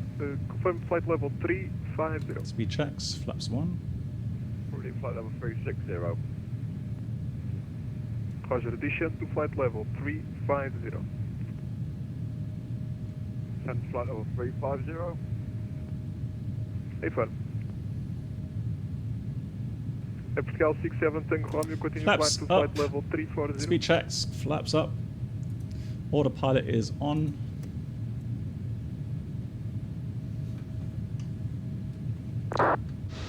Jet 711 identified, climb on runway heading, flight level 240. On runway heading, climb level 240 to jet 711. Right, 24,250 knots. 773, identification terminated, the 2 surveillance coverage. Here's transition.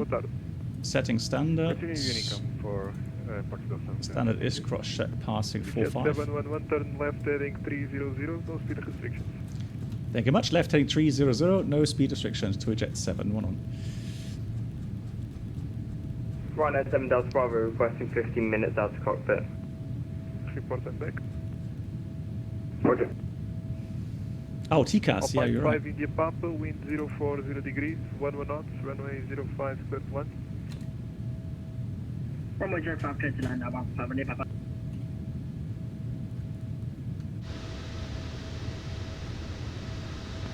Jet 711, direct to Como. Direct to Como, thank you, to a jet 711.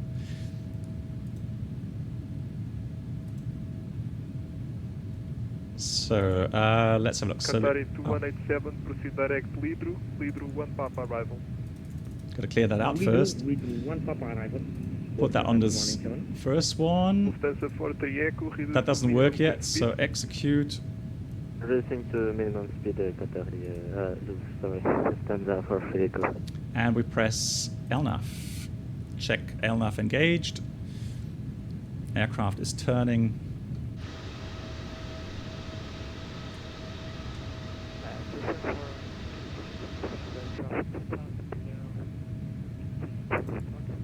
Yeah, there we go. Taxilia 765, Thank you. unreadable. Say again. That's a very nice display there. You have traffic 2000 below, at your 1 o'clock, 10 nautical miles, no factor. So, passing you are clear to 4,000 10,000. feet and for the approach. Those lights off. After takeoff procedure. So is there a checklist here? Checklist, normal. Yeah, after takeoff, landing gear is up, flaps are up. After takeoff checklist completed. Let me put that here. Beautiful.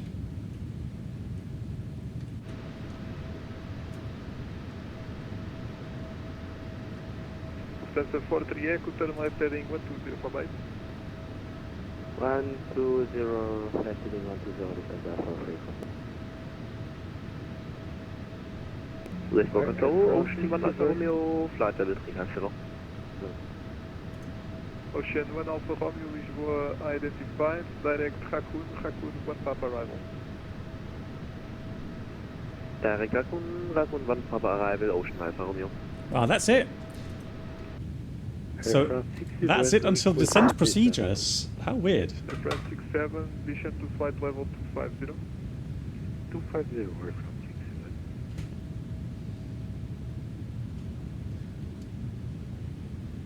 Is it really, Brenold? Yeah. So now it's all good, right? Yeah, I'm very happy, Brenold, for you. 500 feet, report established. Beautiful. So where's my... Lufthansa 43 Echo, continue left heading 060, clear ILS approach runway 02. Left heading 060, clear there we go. 02, Lufthansa 43 Echo.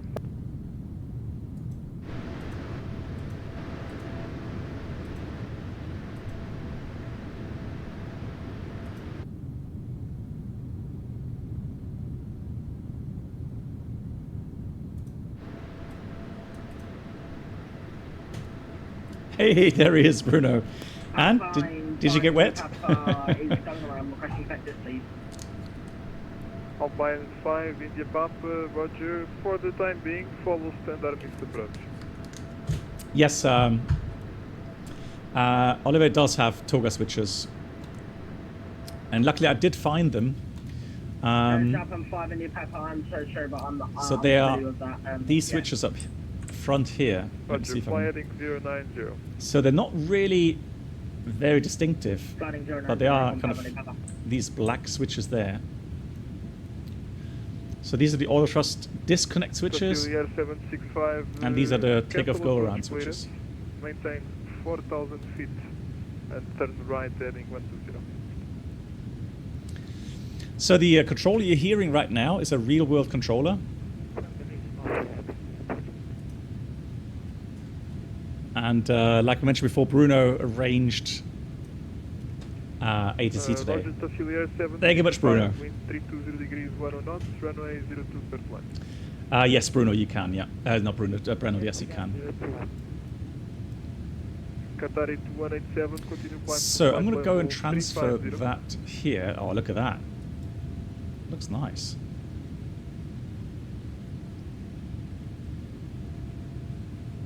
Qatari 2187, continue climb to flight level 350. So there's no more terrain, or we're above 20,000 feet. It just disappeared. Now that doesn't work really, but weather radar is on. And Jet 711, continue climb to flight level 350, confirm final level requested. Continue climb level 350 and requesting 380 to Jet 711. Jet 711, roger, advise when you have Oceanic clearance. Okay, stand by. Tassilier 765, roger. So we're going to go 127.90. It's a different frequency for the Oceanic clearance.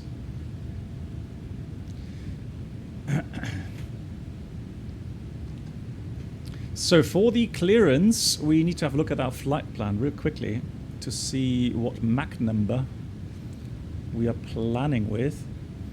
And we're going to go with Mach 0.84, I would say. Let's have a look for the cruise.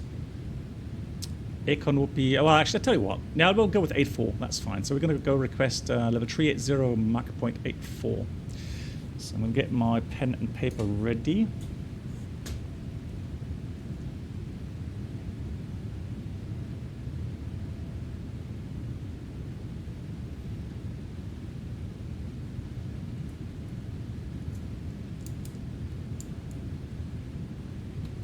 Oh, Toto, yeah, thanks for the pictures. Fantastic, thank you.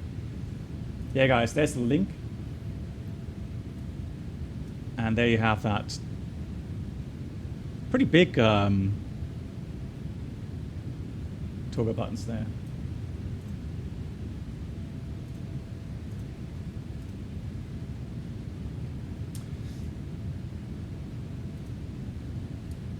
Right, what's the station called?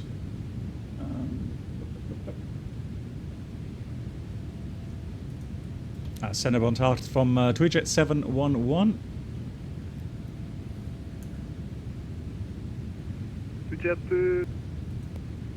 Tweejet 711 Santa Maria, boa tarde, go ahead. Santa Maria. Santa Maria, Bontark, Tweejet 711, requesting crossing clearance, requesting flight level 380 and Mach point 84.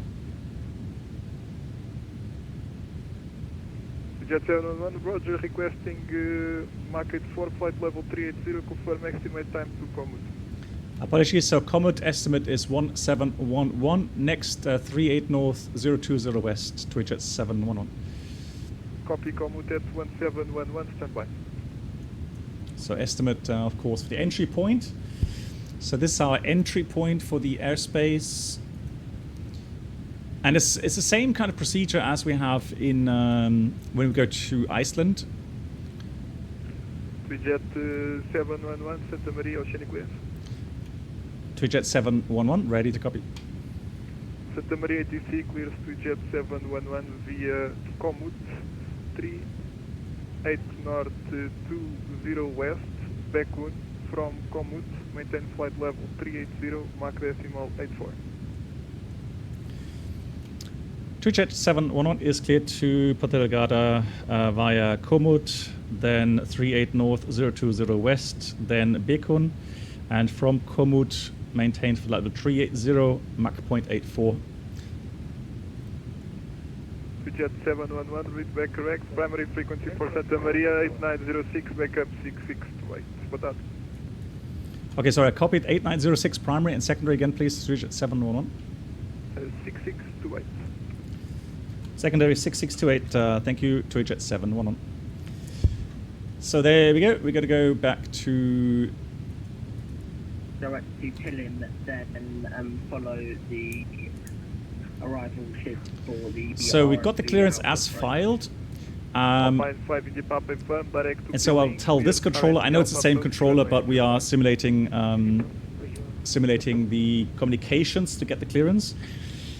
So the important thing is that we have to be 380 at Komoot, so we have to tell the controller now that we've got the clearance and that we need to be at 380 at Komoot. Really, Toto, you did? I did not like the brown. Yeah, I did not like the brown. Blimey. I do prefer the greyish colours. Even though they some say they're a bit boring, but...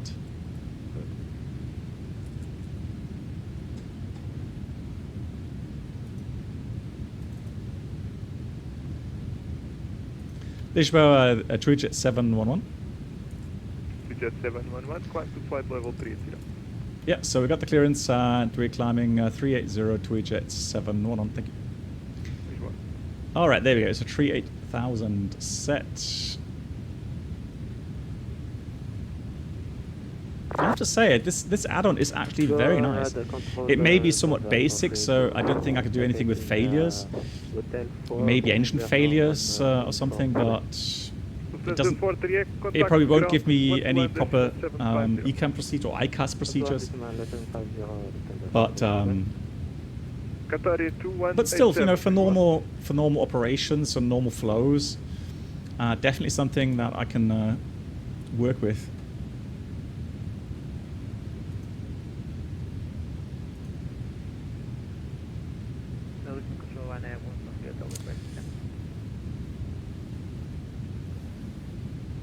Ryanair 143 Hotel, descend to flight level 250. Flight level 250, Ryanair 143 Hotel.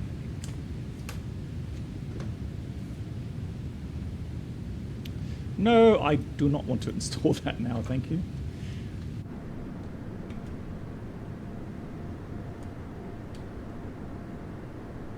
Man, this really needs new paint. Blimey.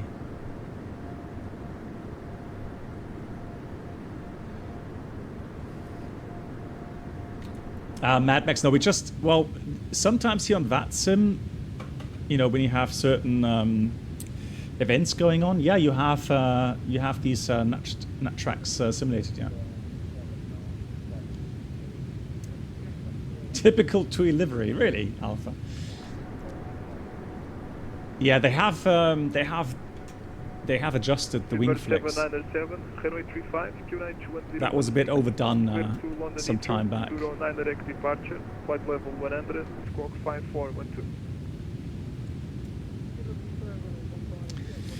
I am pretty sure, or at least I wouldn't be surprised, if we have the same function as in the A320, where you could Right now, 7 Delta Bravo back in cockpit. have a speed section. Well, I mean, I guess what you could do is put 0.84. Wind 320 degrees, 11 knots, runway 02 clear flight. 0.84 execute. 0.84.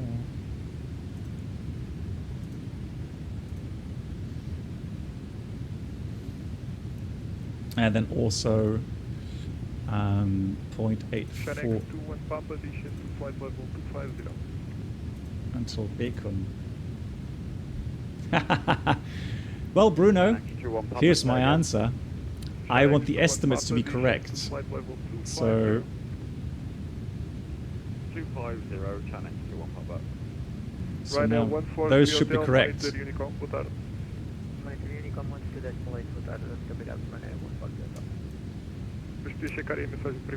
So HF is in up, okay. Ok, vou fazer. Ryanair 5 Whiskey Charlie, ready to descent. I didn't. Ryanair 5 Whiskey Charlie, descent to flight level 250. Flight level 250. 5 Whiskey Charlie. But yeah, the thing is,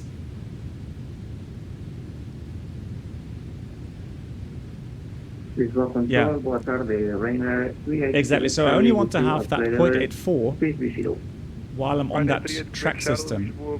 Once I'm descending, I want to be back on econ speed. Direct to Shamax, Shamax 1 Charlie arrival, Ryanair 3, Charlie. Hey Avenger, how you doing? Nice to see you. Yeah, exactly. Constant Mach when. Let me reset the bar row there.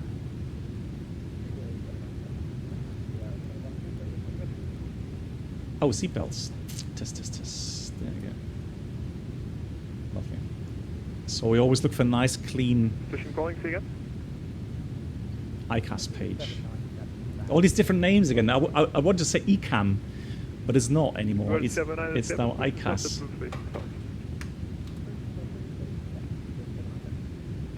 Hotline 5 India Papa, wind 030 degrees 9 knots, runway 05, clear flight.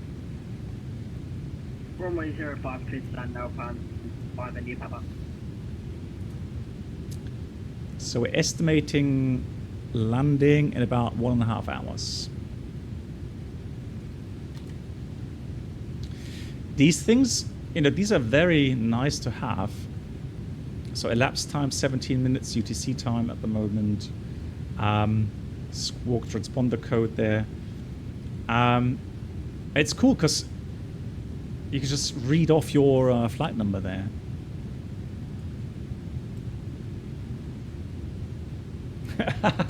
ICAM. I'm going to bring that joke in one of my simulator missions. What's on the ICAM?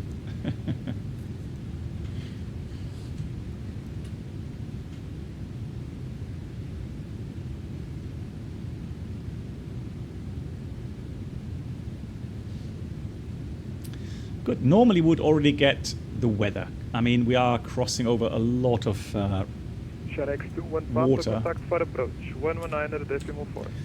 So Ponta Delgada is looking nice. There's no threats. Wind is nice. Good visibility. Few 2000. So that's good.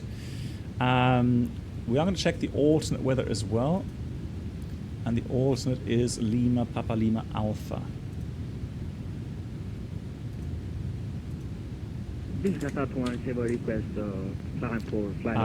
So it says no wind, or at least no data. Scattered 3000, 26. Right, 1,000 feet to go. Let's quickly go to vertical speed. 1,000 feet per minute. Mach Copy, 0.95. climb to flight level 370. What? Hey Campbell, nice to see you. How are you doing? Nice, sunny 22 degrees. We had thunderstorms all day. It's crazy.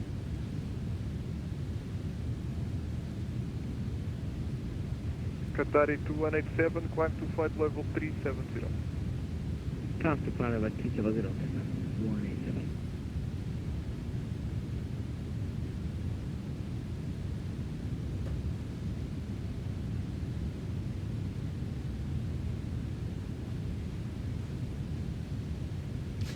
Yeah, stay in your lane. Good. I'm going to go back to VNAV now. So we got VNAV path. And now we have to monitor, though, that once we get close to Komoot, we are going to accelerate to 0.84. But at least when we reach Komoot.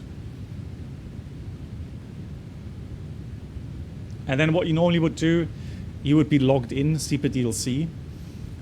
So those, you know, if that is working, those waypoint reports, so the mandatory position reports would be sent via CPDLC. You would just simply go to HF to do a com check, make sure that is working. Yeah. You want to hear that boom? Here it only makes one boom. Avenger, just one. Yeah, so once again, big apologies for not being able to fly the Concorde today. I did practice a lot. I felt quite comfortable doing that flight to New York. But I got a message from the developer asking if I could postpone that maybe until I have the update, which should be coming out soon. And then hopefully Sunday we'll do that. And I have to say that will be closing shortly. The way the add-on is made is, you know, FS Labs kind of quality, meaning the integration of the co-pilot and the flight engineer is superb. 5 Whiskey Charlie will be closing shortly. Monitor Unicom. Goodbye. X5. Yeah, P3D exactly. Version 5.4.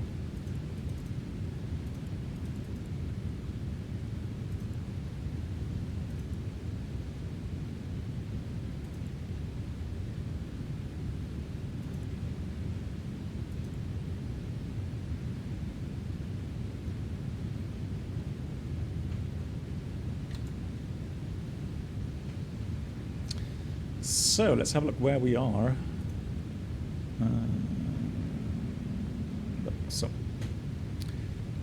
So here we are on our way to Komoot, 3820 Bekun, and then from Bekun we'll do the arrival.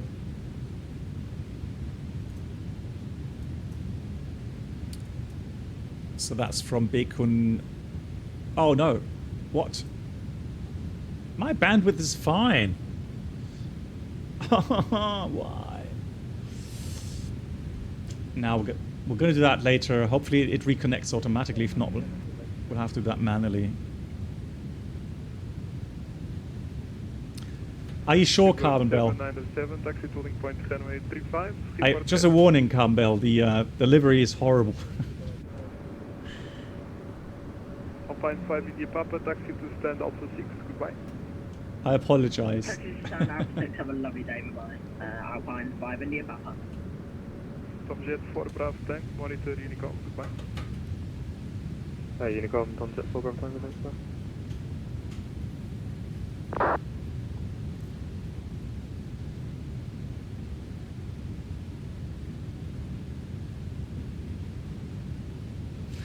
Oh, what? Oh, sorry. Control, Portugal 1667 at Lisbon, early sorry. There you go. 1667, lol. Okay, here we are. runway 02, for takeoff. Classic. 02 cleared for takeoff at Portugal 167.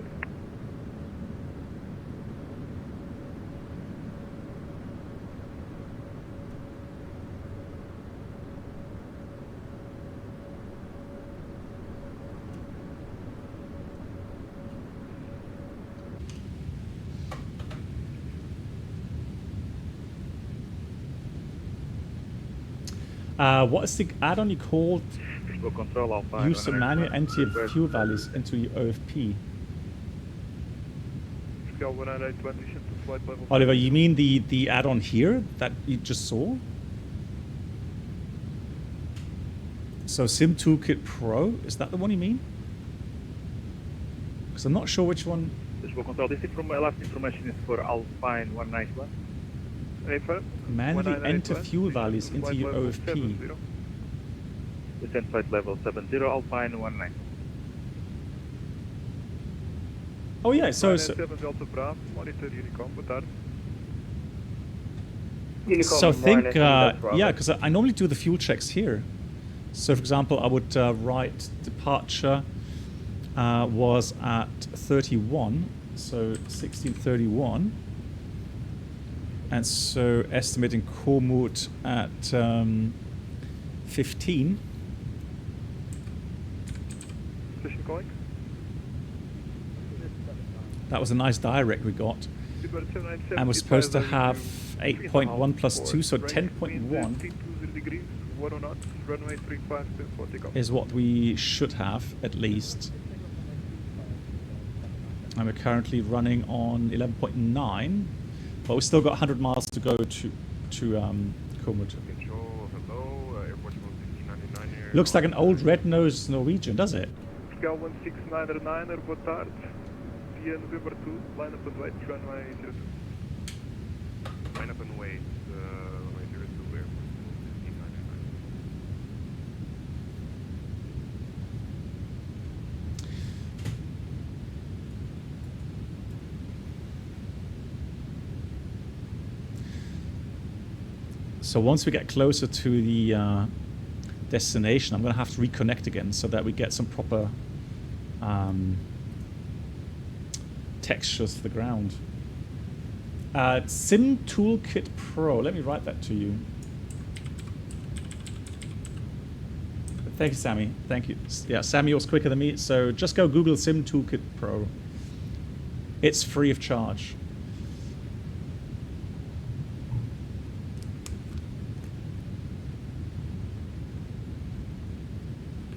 Scale 1687, identified, climb to flight level 240. Flying fast out 240, Portugal 167. Ryanair 38, Quebec, Charlie, proceed direct, Papa Tank 40. Yeah, very welcome. Proceed direct, Papa Tango 41, Ryanair 38, Quebec, Charlie. Papa Tango 420. That's a lot of water, isn't it? Look Papa at that. Tango 420. So there's Ponta Delgada, Santa Maria. Alpine 5, India Papa is disconnecting. Thanks very much. Goodbye. Right. Scale 16909. Yeah, that's all water. Amazing. 1 knots, runway 0, correction 02, for takeoff. Clear for takeoff, runway 0. Oh yeah, that's the alternate there. Alpine 1981, continuation, Lajes. 4,000 feet, QNH 1016, cleared, ILS approach, runway 0. Descent to 4,000 feet. So one thing you can do here as well, very ILS nicely, approach, runway 02, you can 198. Speedbird 797, identified, climb to flight level 240. use that function. How many miles can we do? Can we do 350? Oh, we can. Wow, that's quite nice. So you can kind of draw in these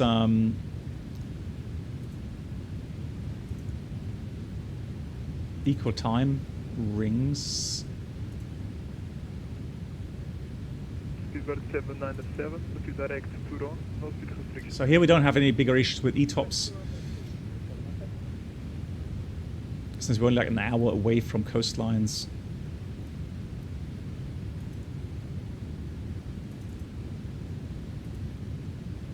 It should be 350 then. All right.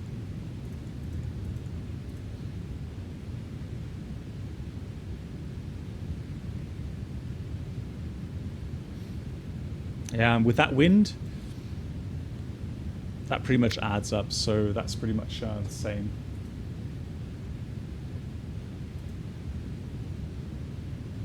Qatari 2187, monitor Unicom. 12.8 for Qatar 2187, bye bye.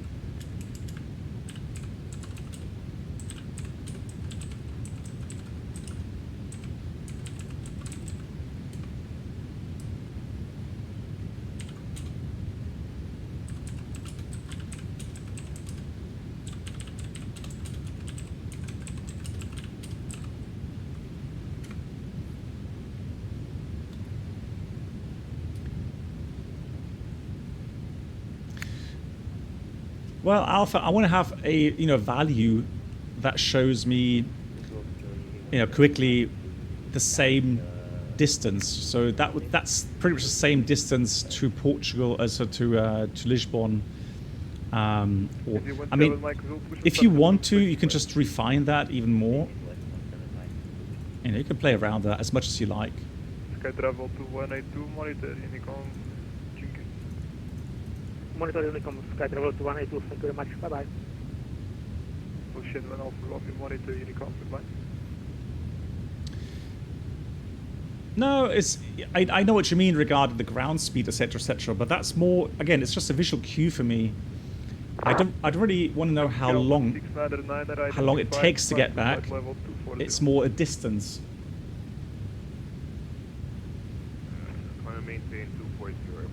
Yeah, yes. Yeah, Lajes, yeah. It's one of the en route alternate airports, yeah.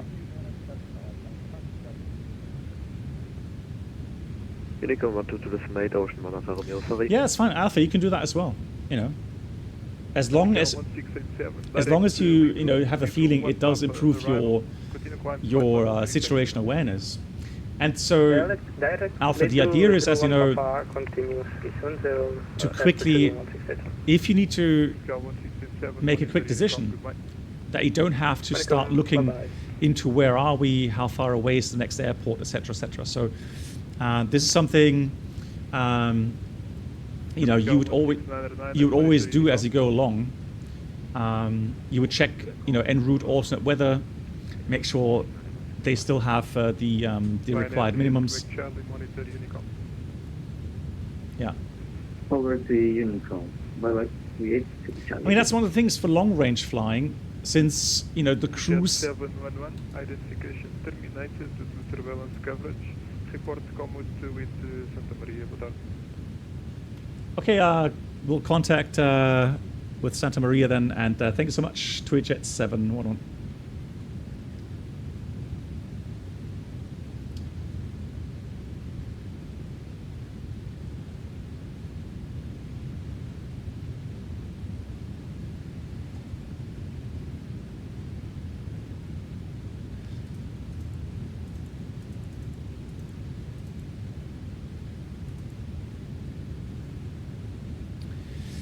So again, we've got to be careful now, coming up to Komoot. We've got that 380.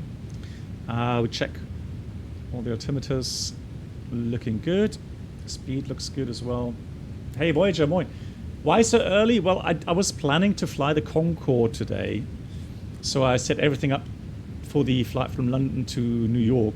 But I got a short-term message this afternoon from the developer asking to maybe postpone that until there is a update out, which should improve performance. And I did have a bit of performance issues, actually. And also some important fixes.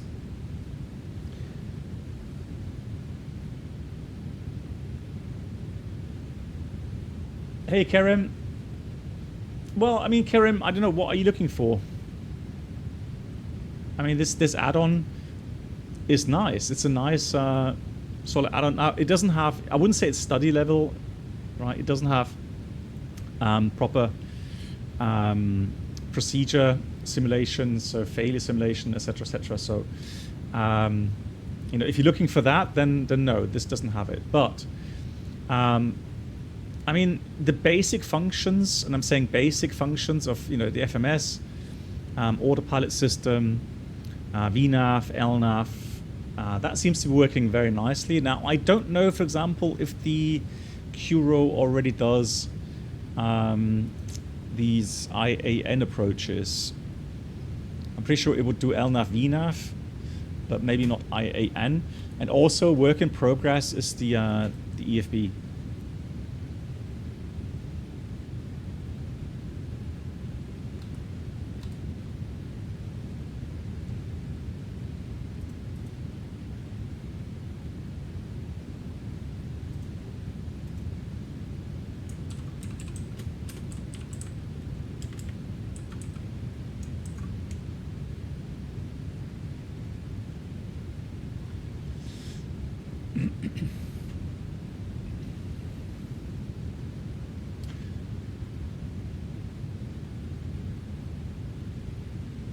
Yeah, I know. So Toto, I would say, I mean, I don't even think it's worth talking much about here in Microsoft Flight Sim, to be fair. I would say they've done a reasonable, or decent job on getting you to feel as if it's a heavy aircraft. But with regards to the fly-by-wire system, I can't compare yet anyways, but once I've got a couple of sim missions under my belt in the Level D simulator, then I can give you a bit of feedback with that comparison. Yeah, so we are going to accelerate. So right now, it says from this point onwards, 0.84. Now, if I want to accelerate, I would probably go do this. So we're going to selected speed 0.84, and then once we're past that, we can go back to manage speed.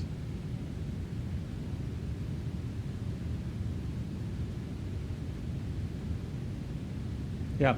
So Kerim, you just have to accept also the fact that this is a freeware add-on, right? And for that, it's a good add-on. A lot of people will enjoy that for sure. Hopefully, at some point, there will be maybe a payware add-on that has a lot more system simulation, but I'm not aware of anyone making one, neither in X-Plane nor here in Microsoft Flight Sim. And we've had that discussion, haven't we, where a lot of people will say, I think the majority of people will say, that they don't even touch abnormal simulation, right? They don't touch failures, etc., etc. So it's really just a very small percentage of flight simmers that care for these things.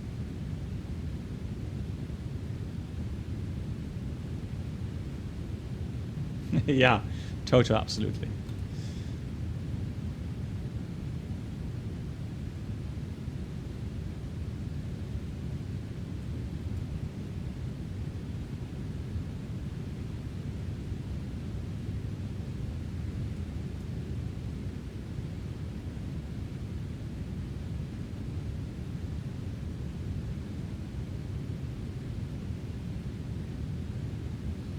Yes, Lati, absolutely, yeah, absolutely. Good call on Sober for that, yeah.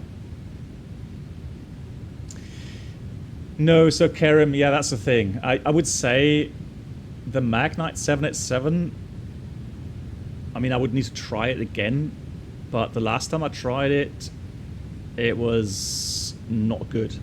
So I did not enjoy that, no. Yeah, don't, okay. There we go.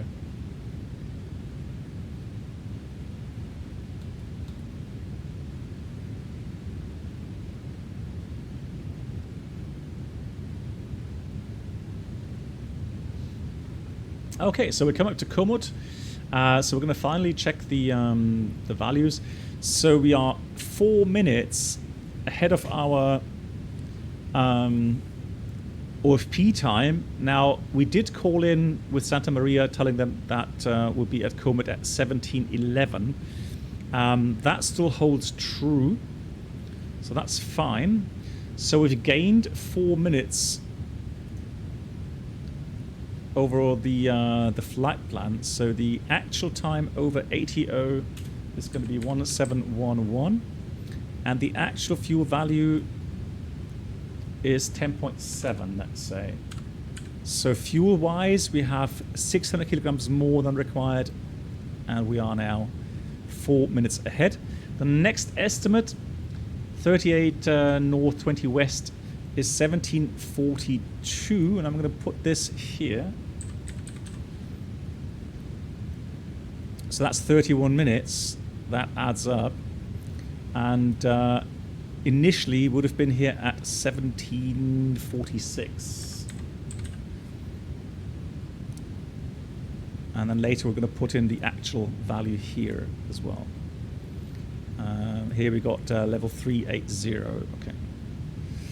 Good. 380, Mach 0.84.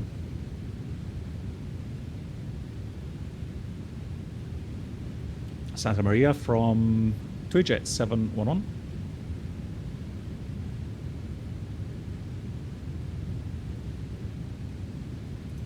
So I'm not sure if he's logged off.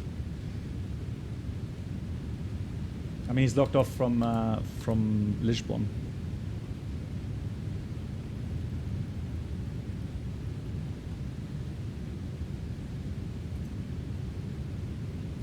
So big shout out. Thank you so much, Bernardo, for coming online today. Oh, oh, sorry, Becca's here. Yeah, okay. Ah, yeah.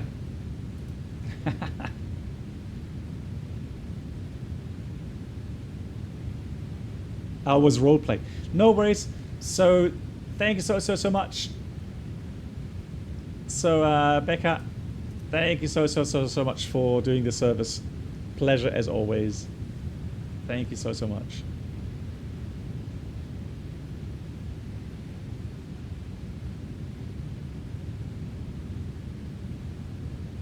And all the best wishes for your new career.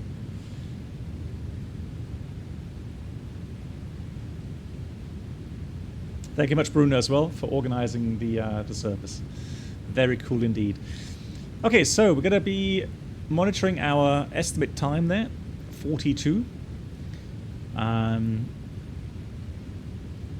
let's go back to managed. That's interesting. Okay, shouldn't do that, should it? I mean, I'm surprised. I would have expected now that we've entered that value there.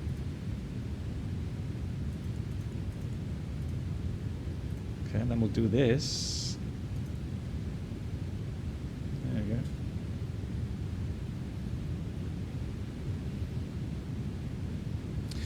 Yeah, so that just may be a little bit of an accuracy.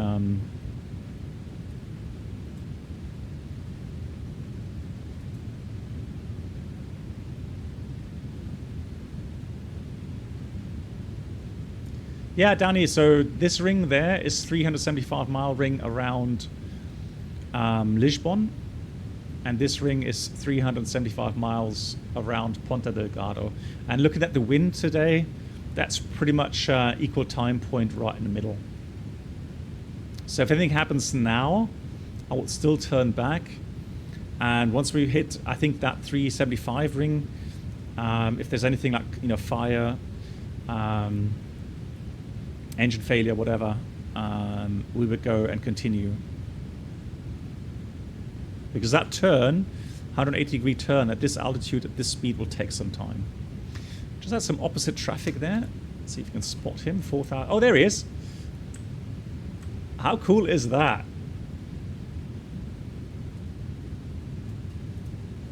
GG's. I love it. That's very cool.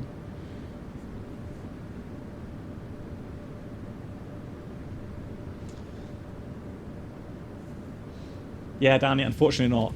Yeah, at least I don't know it. I've not found it, so probably not.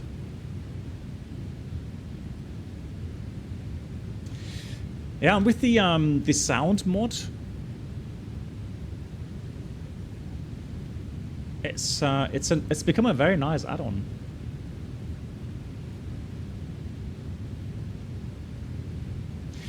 And regarding the Concorde, yeah, I was talking about it. So I practiced enough, and I remembered some stuff from the Collimata Concorde in X-Plane. And like I said before, the FS Labs team has done a great job again in integrating the co-pilot and the flight engineer, which means you don't have to, but you can get very quickly just do the preparations. And so all the flight planning, the programming of the INS, everything's done for you, but in a very nice manner where you have a feeling it's a integrated multi-crew kind of concept. So and then you're off flying very quickly, and the flying part, that's what makes it fascinating though. And I don't know how many people here have actually sat in the real world Concorde cockpit. So in a museum somewhere. I know they have one here in Germany, in Speyer. They've got several in the UK. I know they have the one in Manchester, and they have one of the experimental versions somewhere else.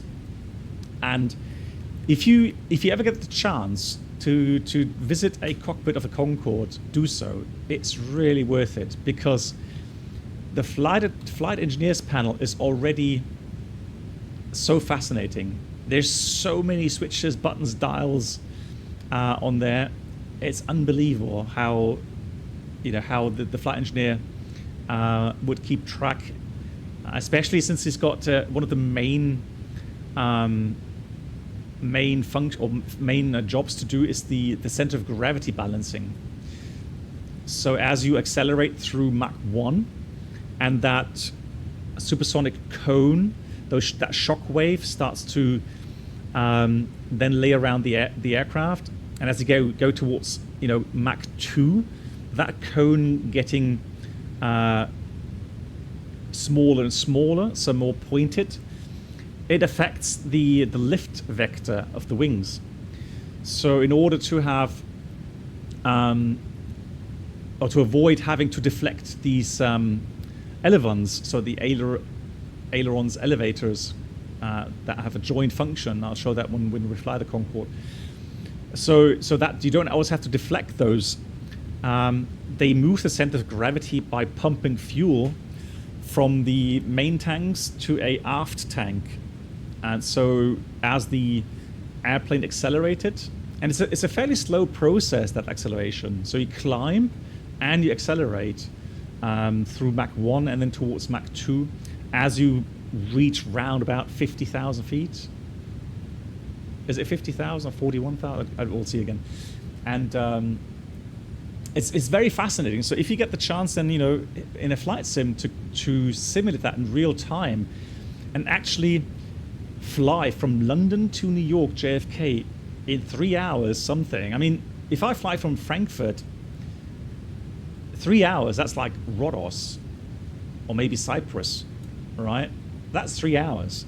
But at the same time, the Concorde will have reached London, New York, and back even quicker with Takeoff. Although, here's the thing. So flying at between 55, 60,000 feet up there, you're so far up in the stratosphere. There's much wind influence up there. So you can't really say, the flight back will be a lot quicker. Yeah, that's true. Yeah. That's another fascinating thing, Toto. Obviously, they start out with 85 tons of fuel or 90 tons of fuel, and then 3 hours later they've burned through about 80 tons of that fuel. And the time limit for the afterburners was about 15 minutes, I think. So, but that's a long time, in my opinion. So when they climb up, and they do that acceleration climb, or accelerating climb, they have the afterburner on anywhere between 10 to 15 minutes. I will have to look at Danny, because the FS Labs will have good fuel flow simulations. So it's a hell of a lot. Yeah, but Danny, remind me on Sunday, if you're able to watch, Danny, remind me on Sunday, when we go into that acceleration phase where we light the afterburners, a hell of a lot. Yeah. Then we'll take a note of the fuel value, And then when we reach Mach 2, actually no, the afterburners are switched off at Mach 1.4 or something. And then the aircraft continues to accelerate in max max power without afterburners to Mach 2.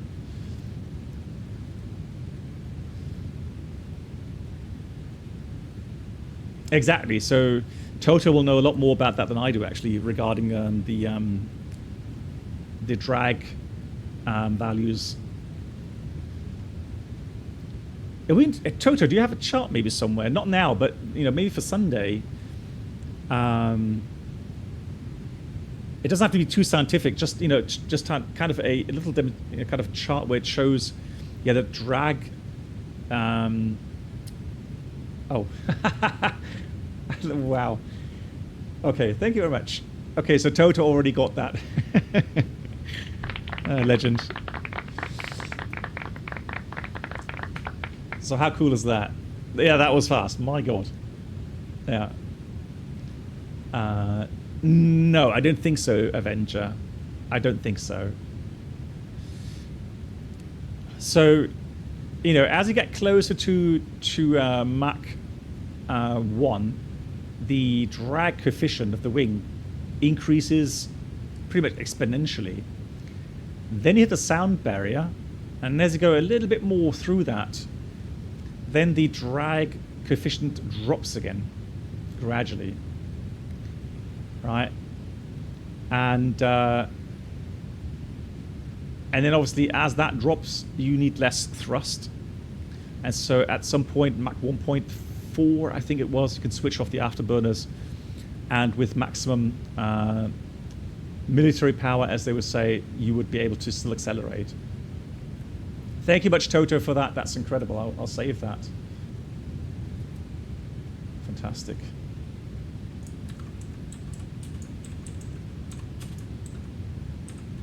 Much, much, much appreciated.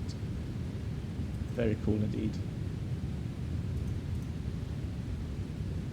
Okay, we're reaching half point here. So from here, we continue to Ponta Delgada, and we're just going to check the weather one more time.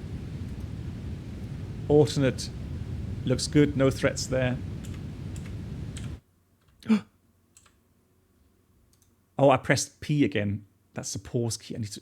Blimey, I need to... Oh, there we go. Are we moving? We are. That always scares me. I always have a feeling that crashed.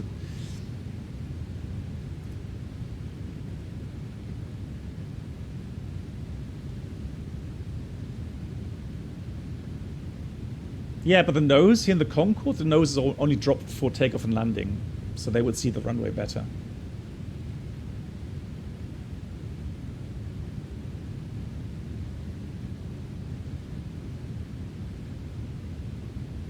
Yeah, Toto, absolutely. That makes sense, yeah. Absolutely. Brennald, yeah, I've noticed that as well, yeah. I think you would need... they would need to be a bit more effective, yeah. So when you have max braking, even the 787, you come to a quick stop. Absolutely.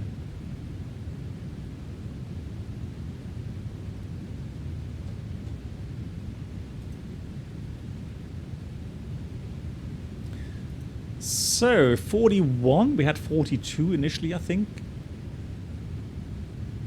Yeah, so we're 1 minute ahead, which is perfectly fine.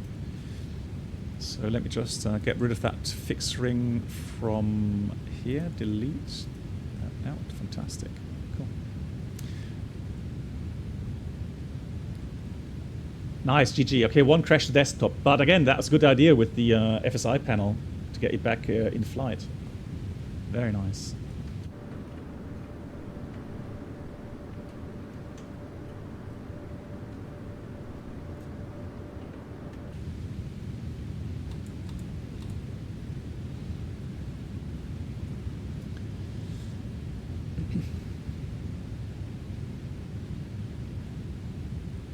But it's fascinating still, nonetheless. So, from an engineering, viewpoint, you are creating a machine that requires to have like almost 100% power setting almost throughout the flight.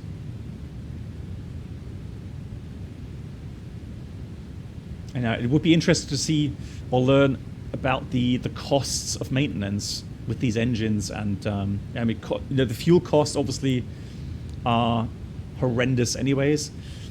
It had 100 seats, that much I learned. 100 seats.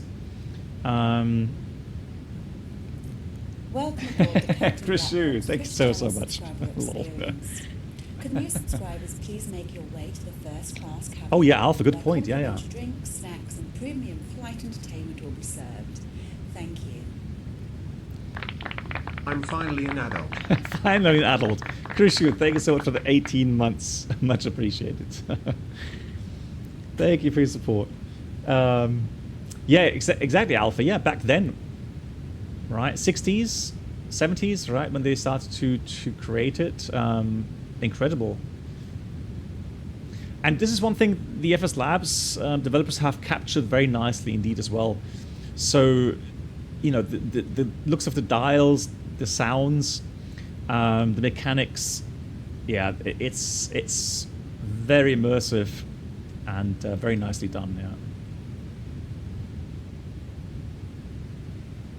I saw a YouTube video with one of the good old captains from British Airways, and so he said, and as you can see the cockpit, you know, a proper cockpit without the fancy glass cockpits setup, you know, referring pretty much hinting at, you know, Children of Magenta.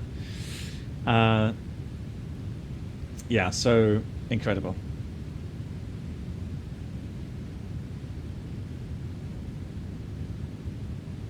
Yeah, and one thing, what I find fascinating as well, when you fly a Concorde add-on, and you get a sense of that speed, it's, you know, it's a simulation, and it kind of throws you into that that area where you're just moving over 1,000 miles an hour.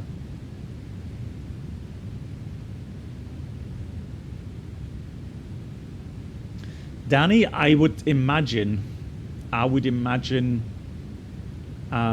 type rating would have been very rigorous for the Concorde, because there's so many more aspects, especially performance-wise, systems-wise, because it's a you know, supersonic aircraft.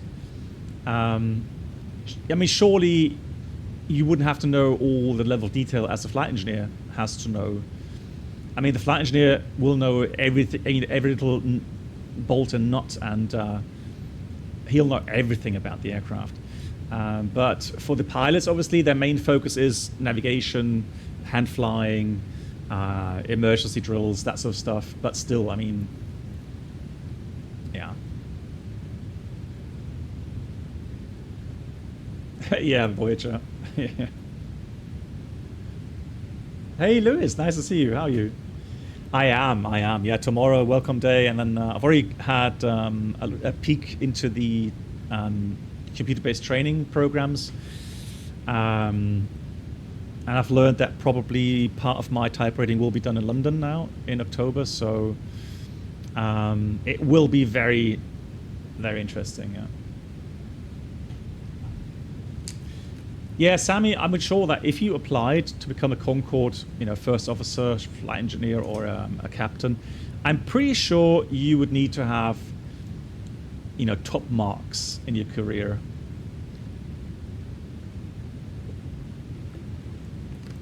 Thank you, Lewis. Thank you so much.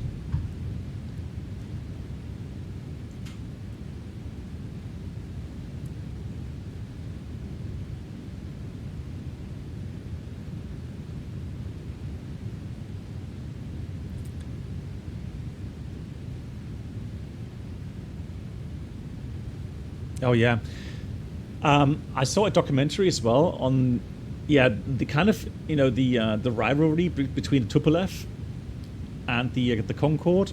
So the Tupolev version, they call that Konkorsky, because it looked very similar, apart from the canards at the front. On the Tupolev, that was a bit different, but very tragically, the first version, or the first one, crashed at a Paris air show, and I didn't even know that. So it crashed during a flight display with hundred or thousands of people watching, and seeing live that plane crash. Your dad saw that? What? On television, or was he there, Mark?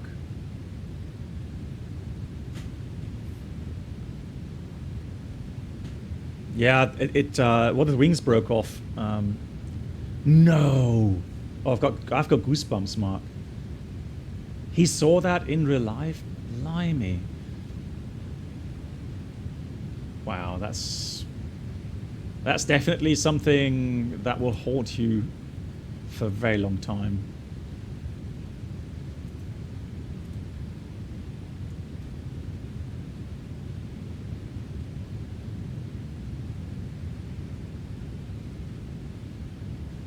He was in the industry with all. Oh, okay.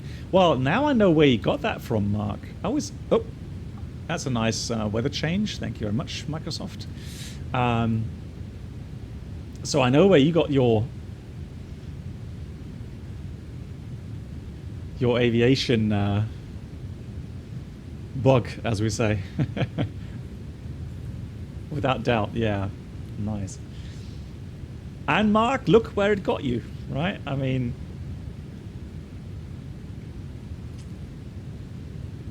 honored to be part of that.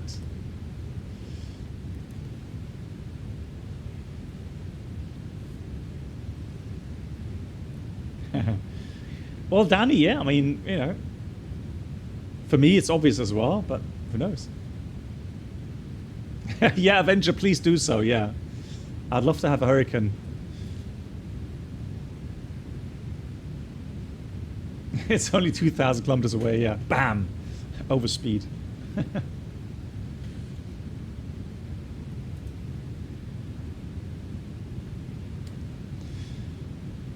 Nice. Oh, nice. Progress. 1823. 50 minutes remaining flight time.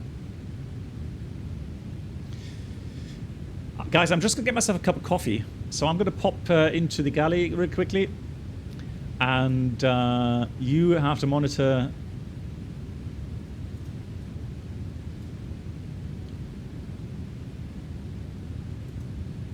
Bruno Charles, you have to monitor radios and flight controls.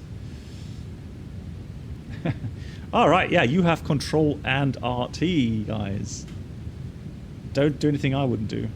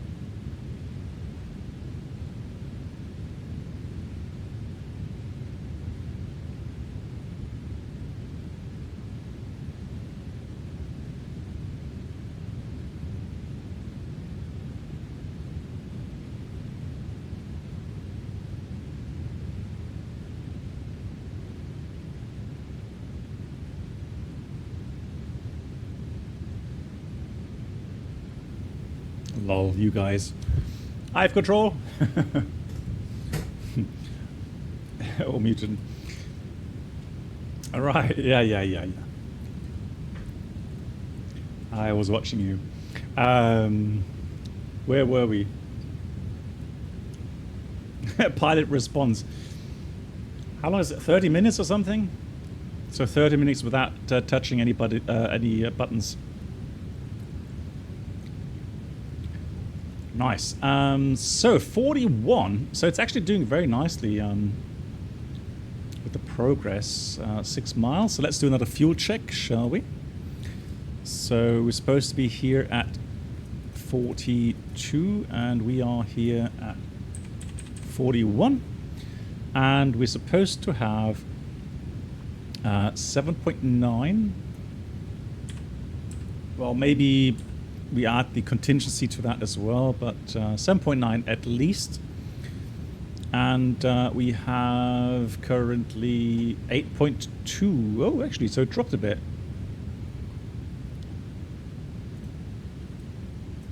But I guess we're flying a bit faster. That would make sense. So we've got 8.1.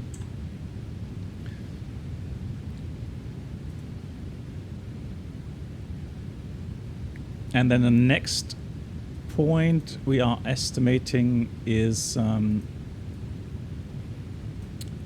Beacon at 1800 UTC. And according to the flight plan, we should have been there at 1804. So still 4 minutes better, but the 4 minutes that we gained, we had that right at the beginning. So, so that's fine. Yeah, good call. Yeah, so the winds, they're supposed to be 265 to around about 270 at 20 knots roundabout. So the wind is, yeah, pretty much as it should be.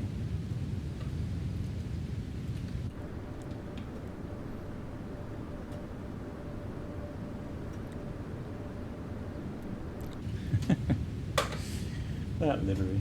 Blimey.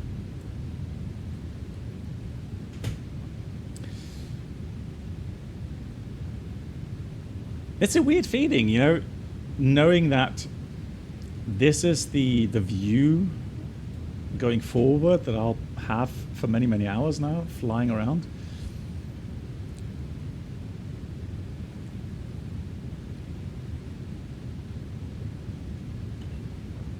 But should be fine.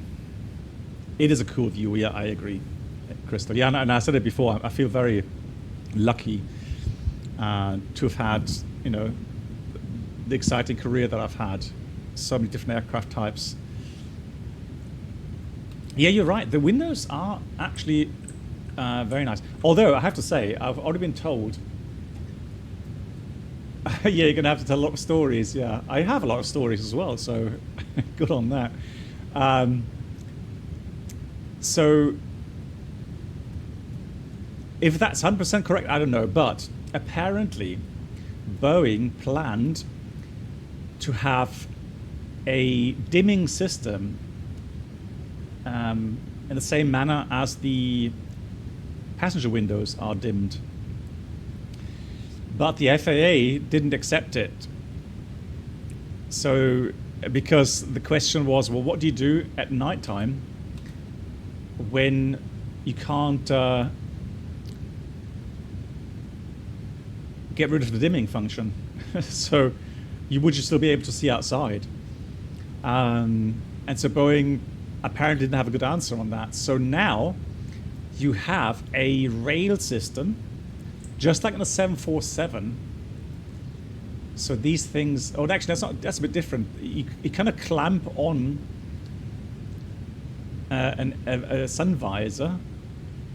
The problem is the sides here doesn't have any rails. So apparently there is something available in the flight deck that is what you would find in your cars, i.e. a little visor with a suction cup. You just stick onto the window. And I thought, no, you've got to be joking.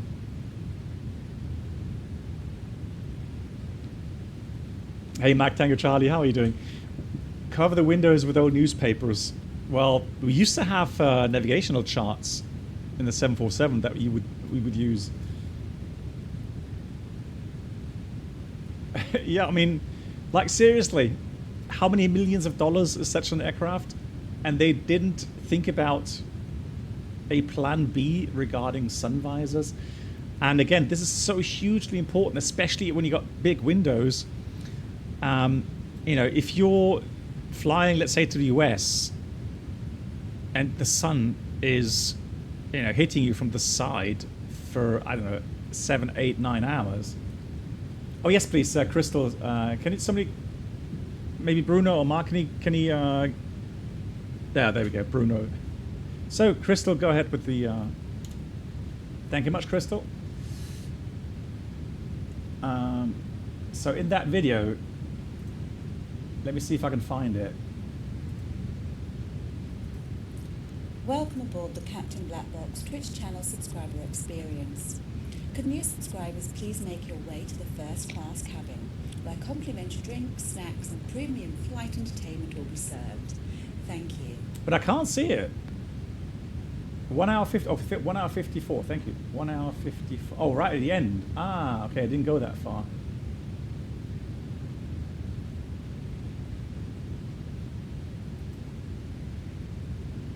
Lol. Okay, guys, hang on.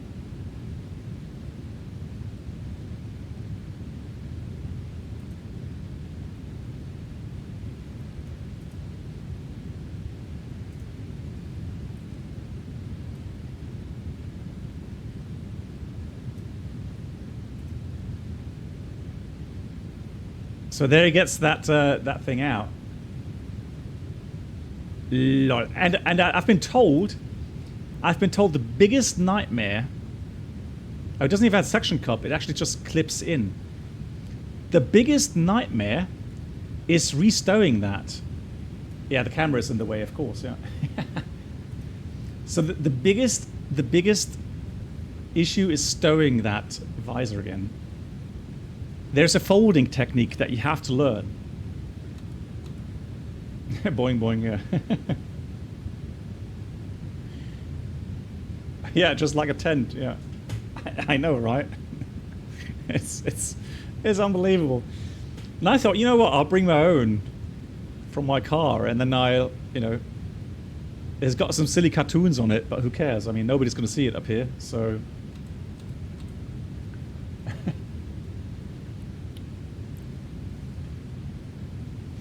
Hey, Maybe Whale, thank you so much for the 42. Maybe Whale, thank you. I hope you're doing well. How are you? Oh, Andre, I told the story once, true story that happened to me on the 737, taxiing out for departure at night time. And, you know, it has these blue engine anti-ice lights on the over panel. And so it's an old system, so you can pull it out, and the bulbs are in that that button, or in that light ASI, and so you can simply switch out the light bulbs. However, because they're so old, they would sometimes just not be a tight fit anymore, and so we taxied out. And it was winter time, engine anti-ice was on, taxiing out, and both of us heard something fall down from the overhead panel. So we would hear that cloink. And so we immediately looked up, and we saw that one of the lights, as it was missing, so the light bulbs were gone as well, right? So we wouldn't be able to tell if the engine anti-ice is on or off, or if the valve has a disagreement. Right? Maybe Will, doing good. He's in the beginning of line training. So how's it going, Maybe Will? Hope everything's going well. Hope you're enjoying it. Yeah. So we had to stop the aircraft on the taxiway. Parking brakes set, light full bright, our flashlights out, and we had to search for that light. So the cover, or light cover, right? So we searched everywhere. The co-pilot got out of his seat. He was lying on the floor with the flashlight, looking at every possible place in this little cockpit, 737 cockpit, to find it. And we searched for like 10 minutes. We couldn't find it. I was getting really desperate. I thought, you've got to be joking. You've got to, stop the aircraft again, shut off the engines, get maintenance. I always have a spare with me, yeah, but we didn't. Hey, Yoda, how you doing? So, in the 737, back here, where the circuit breaker panel is, we had a little a little place where we could put in folders. So that way we collected all of our flight plans. So every flight, all the paper had to be, not all of it, but most of it had to be collected and stored up to 3 months in case there was anything that the authorities would need to look at afterwards. And so I was so desperate, I told my first officer, have a look in these little paper bags. And he gave me that look like, all right, you're the captain, I will check. And sure enough, that light cover, that was in one of those paper bags. It bounced off the center pedestal into one of the paper bags. Crazy story. It is a true story. So I'm a bit shocked. I'm a bit shocked to hear that this can happen here as well. Poor first officer. Well, that's why I'm the captain, right? I mean, no, it wasn't a dream, Mark. No, I wish it was, but no. Well, the cabin crew actually called me because they were getting somewhat nervous because they know how long it takes to taxi to the runway, and they knew something was going on. So they did call us and said, hey, is there a reason why we haven't departed yet? And I said, well, small technical issue, I'll call you back. Because I didn't want to tell them what actually happened, right? I told them afterwards, but not while this was ongoing. Hilo, no. So we just pressed it in again, and luckily, though, it held for the rest of the flight. So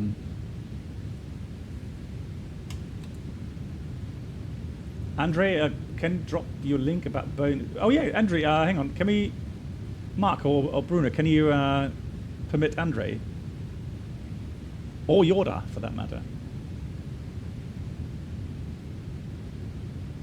Oh, the pen story. Yeah, you think sometimes you would think that can't happen, right? You would have to make that up, but no, that really happened. Crazy as it is. And okay, so Andre, go ahead, try again, Andre. So these things are, my stories. So whenever I get asked, oh, did you ever have a severe failure or anything? I'm like, not really, no. I've had the standard stuff like pack failure, bleed failure, flap asymmetry maybe, but nothing, no engine failures, knock on wood. But I've had my more than fair share of weird, situations that I can laugh about now. But back then, I just couldn't believe it. Okay, can you? Oh, it doesn't have a timeline. Okay, guys, if you watch that video. Oh lol, she's looking down. she's heard something. So something dropped down. Lol.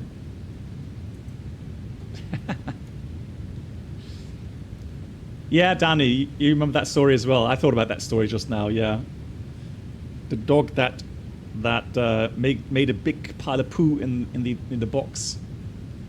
Yeah, and the loaders threw up, and they refused to tie it down. Yeah. Hey, Caesar, your dad was is a retired Air Force KC-130 aircraft. I know, right? I mean, he's been flying a lot as well. And nice. Yeah. Boeing's falling apart on touchdown. Great timing. Oh, I shall report. No, but seriously, I mean, it does make you wonder, right? Because, I mean, Boeing planes have evolved as well. So especially 787 with all the composite materials. And, you know, it's a beautiful aircraft. There's no denying that. Same with the 777. Oh, hello, hello. Who's that? Did someone just undertake me there? Hang on, I can't go below though. That's a problem. So I'm gonna go norm.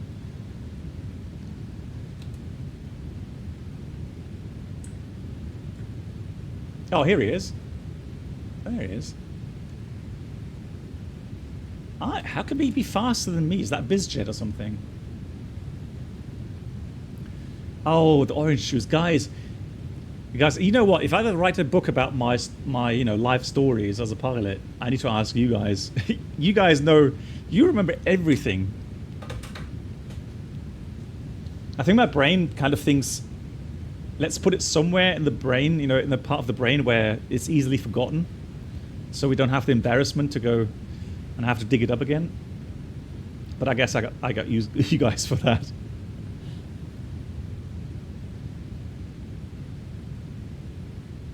Oh, then he slewed. Now, although before I forget, guys, real quickly, because we got disconnected. So it's going to take a little while, but there's not much to load right now. It's just water below us, so it shouldn't take long. The Apache landings, yeah. Oh, the goalkeeper golf stories. Oh my God, yeah. Blimey. Hey, Christian. There we go. So hopefully everything will load in again. We need to keep you humble up. Yeah, definitely. Definitely.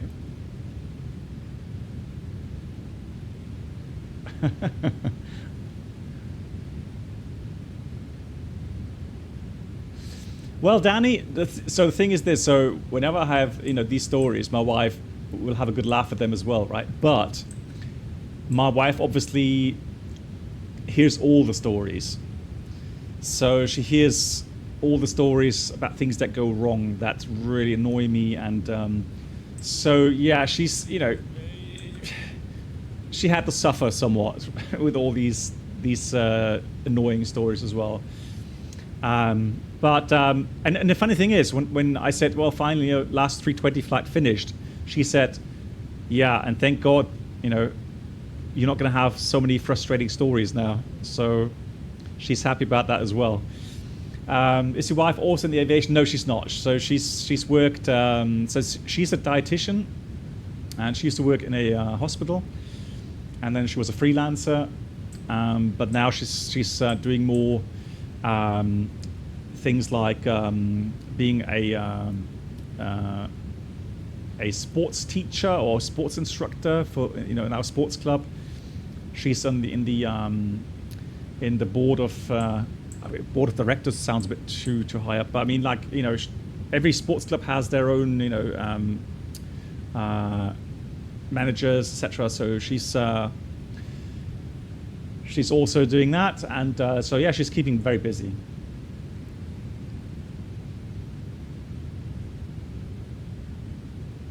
Mark, yeah, that's a good point. Yeah, that's true, actually, Mark. So yeah, I can actually tell stories over and over, and since you always fly with, almost every time you fly with different first officer, he won't know these stories. So it's always a good thing to talk about.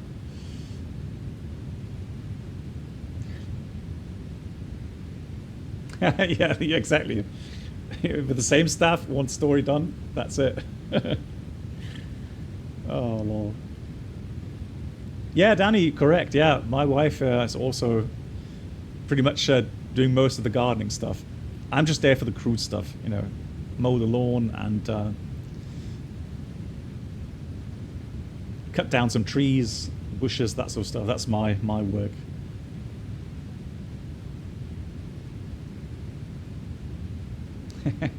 Except on the grapevine. Well, Mike Tango Charlie, you know, at a certain age, people will not be cross with you. They will think that's normal for someone, you know, at that age. Trees. Well, okay, maybe not trees, but you know.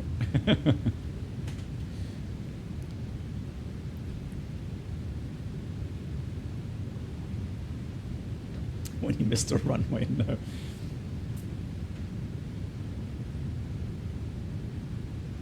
Well, we have a you know, a saw, not electric, normal saw. So I have to sometime,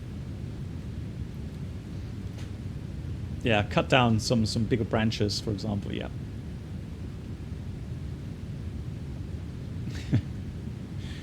Oh, you guys. Alrighty, let's prepare for the approach, shall we? Before I forget all about these important things. Although, no, let's do the fuel check first. So 1801, we lost a minute here. So because we did the data reconnections, so that's why. So 1801, but still fine. We're still good on time. And fuel is supposed to be 6.6 because we have 4.6 plus 2 tons extra. So 6.6 is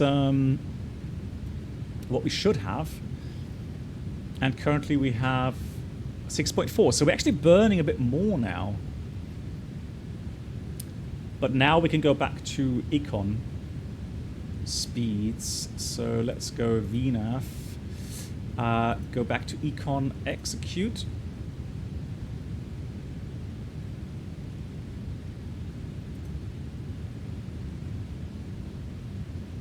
Lol, why is it going econ here?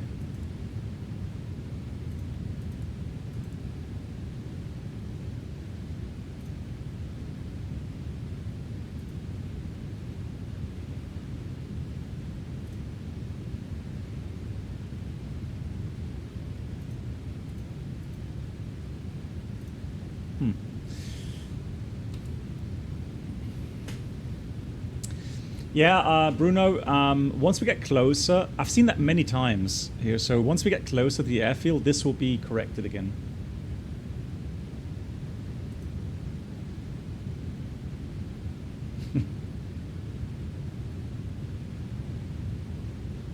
Only the Joker, let me try. So I had heading mode and I went direct to.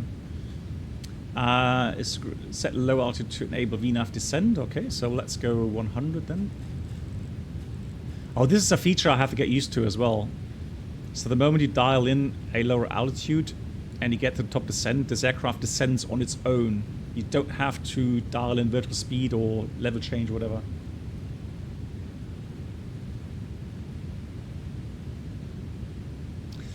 I have a feeling that because we had Bekun Mach 0.84, it somehow still has that speed inserted. Welcome aboard the Captain Black Box Twitch channel subscriber experience. Could new subscribers please... Oh, Bruno says, hey Grim, first of all, Grim, thank you so much. 15 months, thank you very much, my friend. I hope you're doing well, Grim. Thank you for the support. Yeah, so if you want to start early, would you press like this? Or you have to go VNAV. Is there like descend now? Forecast.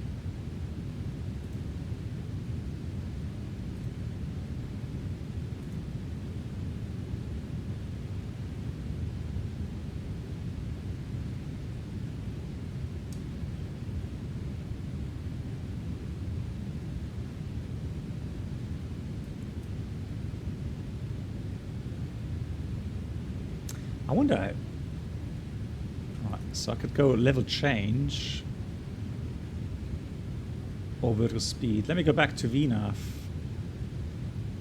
Whoa, easy there. Right, that's a bit unrealistic. Oh, don't climb. No, don't do that. Okay, so there we go. Press the dial button under the altitude. Yeah, I did press on that, but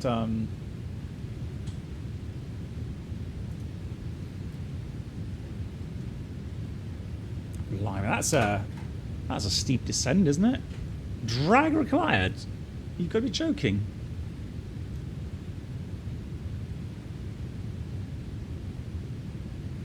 And it's even doing that at 8.84. So the send mode is active.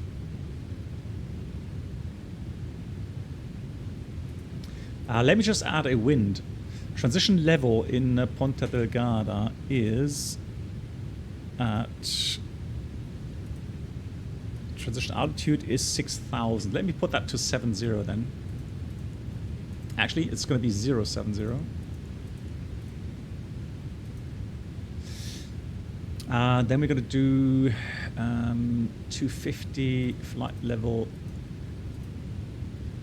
The wind is going to be 270 at 25. Oh, it doesn't work yet, does it?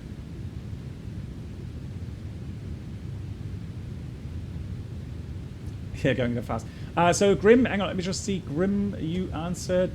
Keep up the streams. Learned a lot from your streams. That's cool, Grim. Thank you so much. Which aircraft type is it you flying most, Grim? I would assume 320, but always interested to hear what people prefer.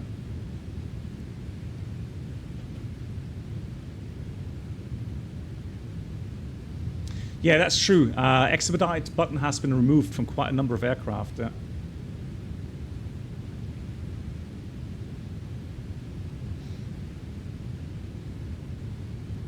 So surely we don't need any additional drag, right? That's fine. Speed is good as well. Roger, let's have a look at the weather. So currently they've got 1022, 230 at 525 degrees. Oh, sorry, what was that? Yeah, there we go. So I'm going to pre-dial the altimeter setting. 1022. We are flying the ILS via Xuva. Currently, how many miles are we to the field? 80 miles. Okay. Right. So let me enter the minimum, which is going to be 440 Delta now. That's another thing I have to change with my preparations. So Delta aircraft, heavy aircraft now. So that's 440 on the Barrow. Oops. Go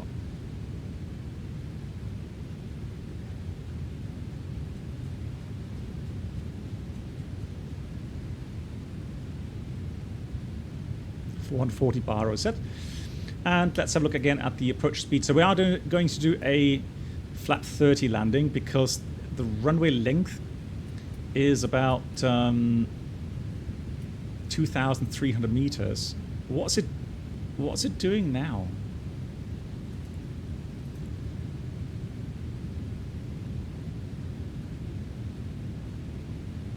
That is really strange. Right, yeah, that VNAV is somewhat bugged. Let me go with selected here 330.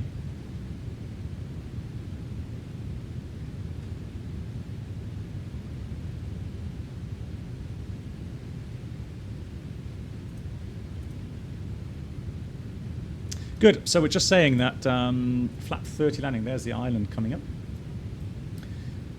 Weather terrain mode on. We don't need weather anymore. And for the briefing, we are coming in on the Beacon to Sierra arrival via Sierra Mike 618. They're going to have max speed to 50 knots, correctly programmed. And then from there, we'll go to Gjuva, 4,500 or above. From there, we will go, well, it should be 5.5. Okay, so here in the FMS, we have 5.5. That's correct. And then we go on to the ILS. Inbound track is 298. We have a 3-degree profile, minimum 440. Misapproach straight ahead, 286 degrees. So let me just check that as well with the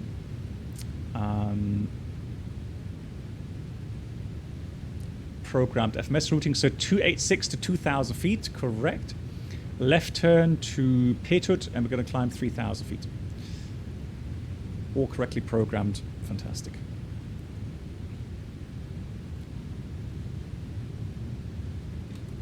You should fly the RMP-12. The downstep is crazy.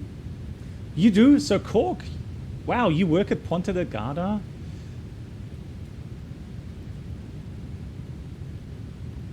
I'm not sure why it's keeping more like Mach number. How? Oh no, it's not. It's actually, it says it's high in the profile. No, on profile, but needs a very high descent rate. It's kind of weird. We are currently how far away? 45 miles. Ooh. Okay, then we are a little bit high. So we're going to go down 5,500. Going to add a little bit of speed brakes.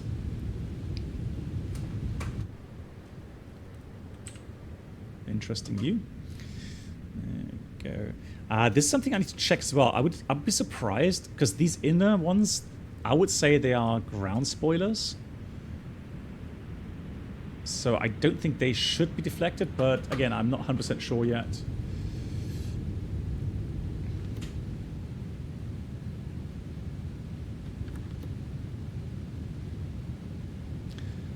Also, I'm not sure why it doesn't really respect the commanded speed. Let's go level change, shall we?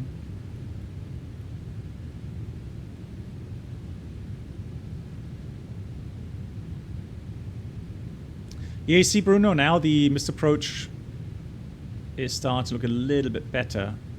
As we slow down, I think it's taken the current speed to calculate the missed approach path. Oist, I would definitely think so. Yeah, so Oist, I'm sorry again that we are unable to stream the Concorde today. Got a call from the developers asking if I could delay that until they have the new hotfix out. So Sunday is when I plan to stream the Concorde. I would actually do the following. I will stream it even if the hotfix doesn't come out.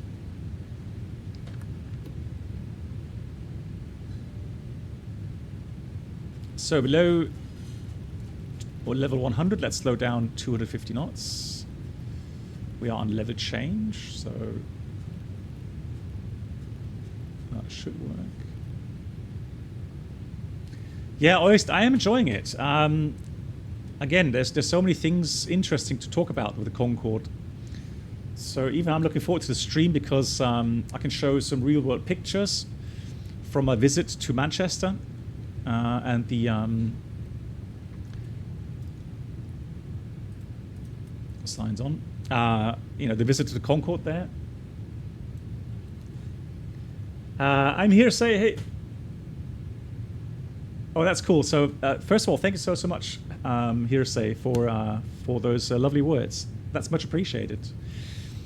It's difficult, maybe sometimes for people to realize you know, the kind words from time to time that let me know that, you know, there's, you know, you're probably kind of learning something from my streams. Not always. I mean, I can't always, you know, give you absolute new details or whatever. But if there's always something that, you know, you can pick up from time to time, and you know, you appreciate that. That's really kind. And always, of course, thank you so much. And then showing appreciation through a subscription. Thank you so much for the 15 months. Always big round of applause. Much appreciated. Yeah, so for me as a streamer, I look forward to being able to cover some interesting details. And then we have some fascinating and very knowledgeable people here in the community that can chime in a little bit and, you know, let you guys know about some interesting details. And then we can all learn something new. Oh, that's cool, Grim. That's also very good to hear, Grim. Thank you so much. Yeah, brilliant. So we've got the ILS, November Lima, identified. And I'm going to switch to 1022, and then we can do a checklist. So we'll maintain 5,500 until we are past the next waypoint there. So 1,000 feet to go, and I'll just slow down gradually now to the first flap setting there. So 220 knots, 230 knots, 225, that's fine.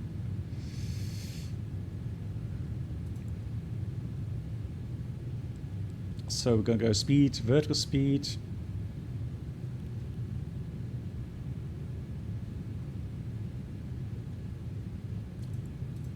And then checklist. Checklist.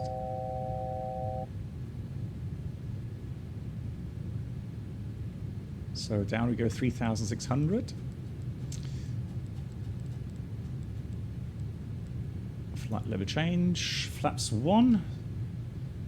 Speed is checked. Flaps 1. So how come I can't get into the checklist menu? Oh, there we go. So descend, recall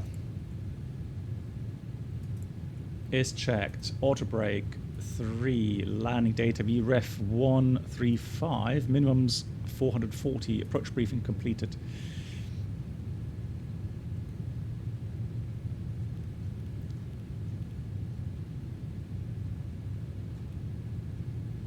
Yeah, that's really strange.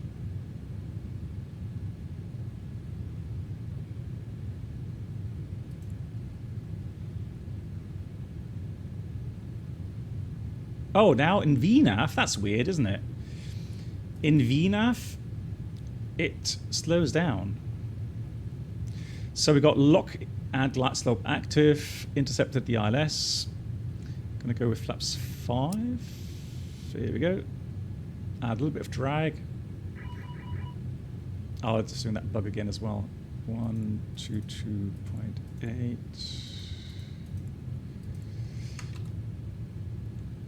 Ponta Delgada traffic. Tweetjet 711 is on a 13-mile final runway 30 in Ponta Delgada.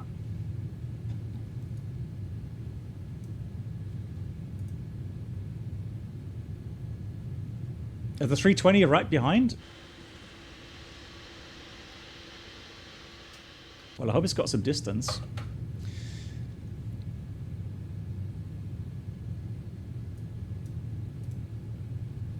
So we're going to vacate probably either Echo or Delta Charlie, maybe at the end. And then to the apron, parking position 8 is for heavy jets. So next flap setting will be 15. Is it really 15? Oh, yeah, it is. 15, 20, 30. And the missed approach altitude will be 3,000 feet. Missed approach 3,000 is set. Welcome aboard the Captain Black Box Duo Channel Experience. Could new subscribers please make their way to the first class cabin, where complimentary drinks, snacks and premium flight infotainment will be served. Thank you. Motosuva, thank you so much. Gifting 2 subs. Big shout out to Motosuva, and here comes the shout out. He's also streaming on Twitch. Please make sure to check out the channel. Motosuva, thank you so much. That's incredible. It was a shame, yeah, we couldn't meet up. I would have loved to meet you, but no worries. I understand, and I hope you are well. And we go flaps 30, final setting.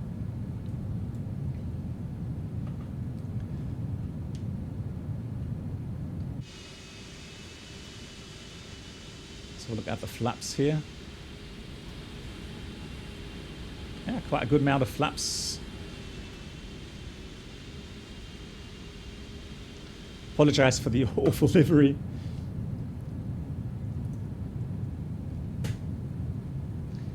Well, you couldn't know that. You couldn't know that prior. That's yeah. Don't worry about it. Next, I'm sure we will have a chance to meet up. You know, be it Cosford or. So let's press those. So manual throttle. Cancel the alert. I'm going to go with HUD and manual flight.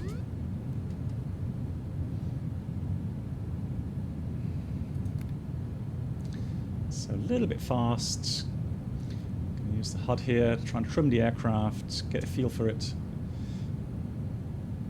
I honestly hope that my company will activate the HUDs next year,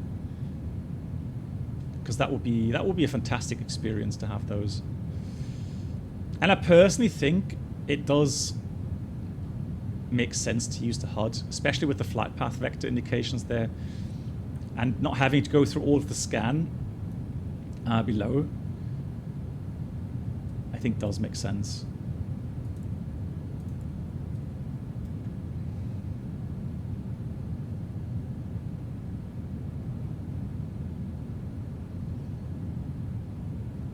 Ponta Delgada traffic, Twitch 711 is on a 3-mile final, runway 30 in Ponta Delgada. 1000 was checked. Now, I see 3 red, 1 white. I'm going to go with the wind is pretty much calm with the power piece, because I would say that the glide slope... This is one thing I don't understand, why there's always such a big mismatch between the glide slope and the power piece here in Microsoft. And the location of the power piece is you know, at the touchdown zone, so that does look correct. Oh man, I just love the scenery. Look at the scenery. Lovely aircraft. Continue.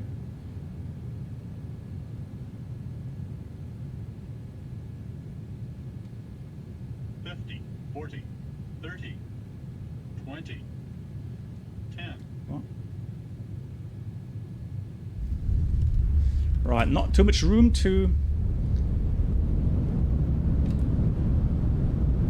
We got reverse. Good decel spoilers are up, I hope. They are.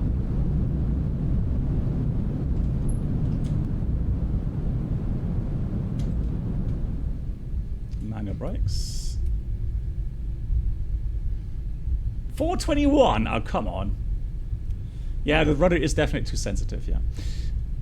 Another very neat feature, you see this caret. So when you press on the brake pedals manually, it tells you what corresponding auto brake setting it is. That's very cool.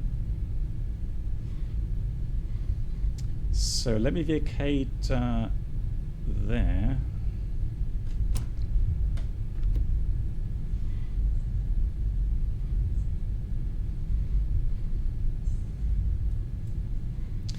Bruno, have you ever been to Ponta Delgada?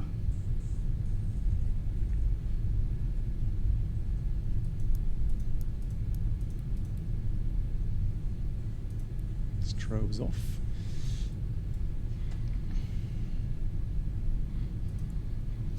And Ponta Delgada traffic, TUIJet 711, runway 30 is vacated. It's going to start the APU. Too expensive, seriously. Okay. Right. So, oops, that is done. hydraulics. So shutdown is next. All right, I forgot the landing check. Also concentrating again on flying. So we've got west parking. I think that's 8, isn't it? Then we'll take 7. Follow me, yes, please.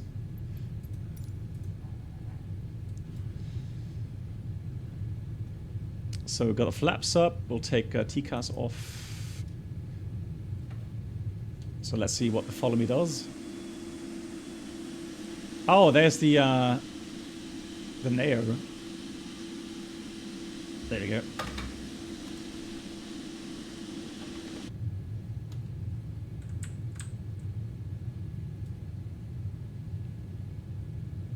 That's not 7. 7 is this way.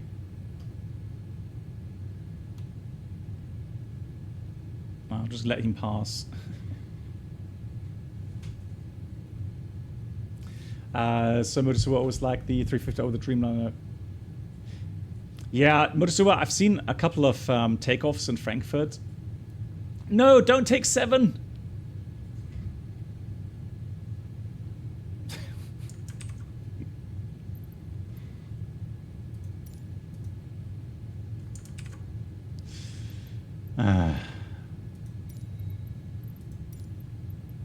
You've got to be kidding me. Yeah, like seriously. Alright, I'm going to taxi this way then. Road rage, yeah.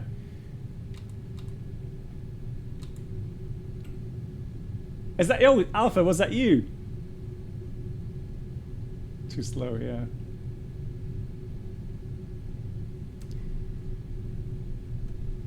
Hey, Valentino.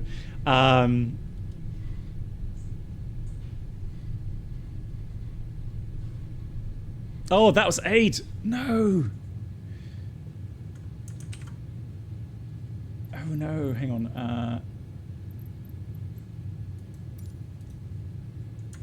11. All right, we'll take 11. But isn't like hang on. The requested position is already assigned to another aircraft. Let's try that. 11. There we go. 11 it is. 11 is ours.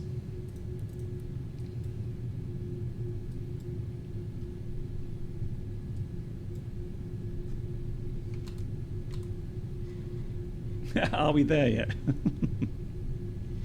Almost.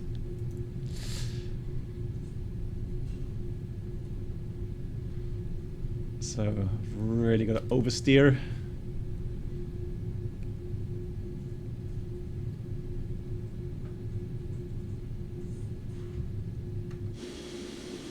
Yeah, we should be all right.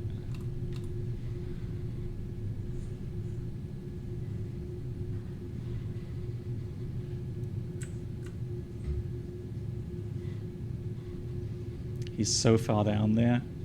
That's another view I have to get used to. That is just... That is a different view for sure. So APU is there. I'm going to shut off the engines.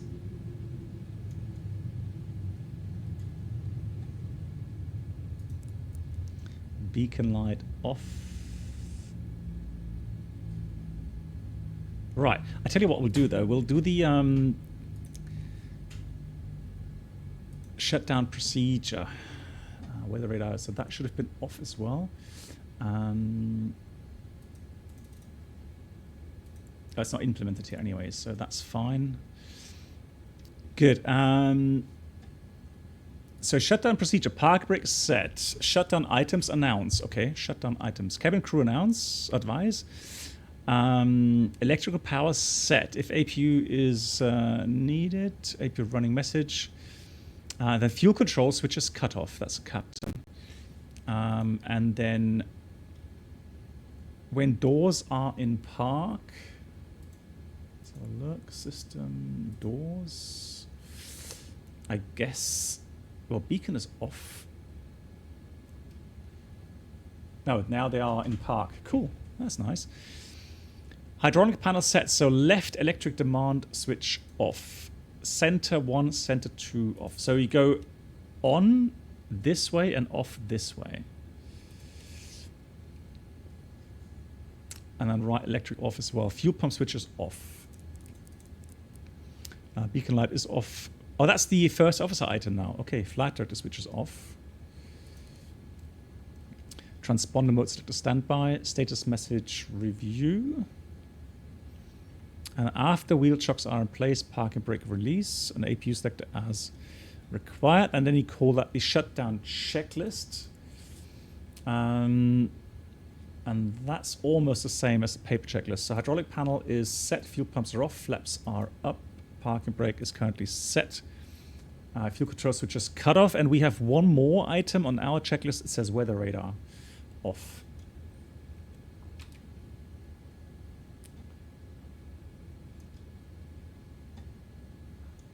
Yeah, once the engines are spooled down, let's say below 10% N1, there's no more danger from that for ground stuff, so then you can switch off the beacon light. And someone can confirm that that witnessed that firsthand. His comment was, wow, the parking items were done so quickly. And, you know, when you do this day in, day out, you just get so efficient, especially, you know, in a multi-crew setup. Yeah, it's very fast.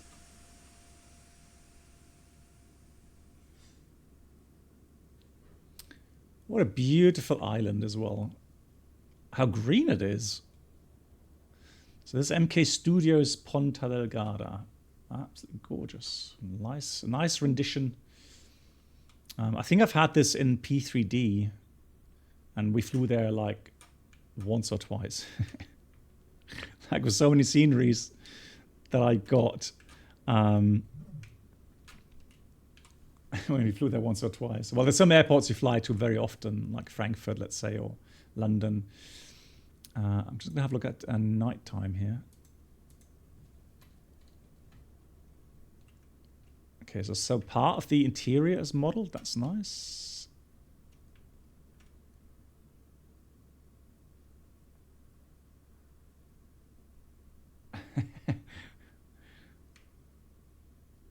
The land of happy cows, yeah. Yeah, that's nice. Not bad.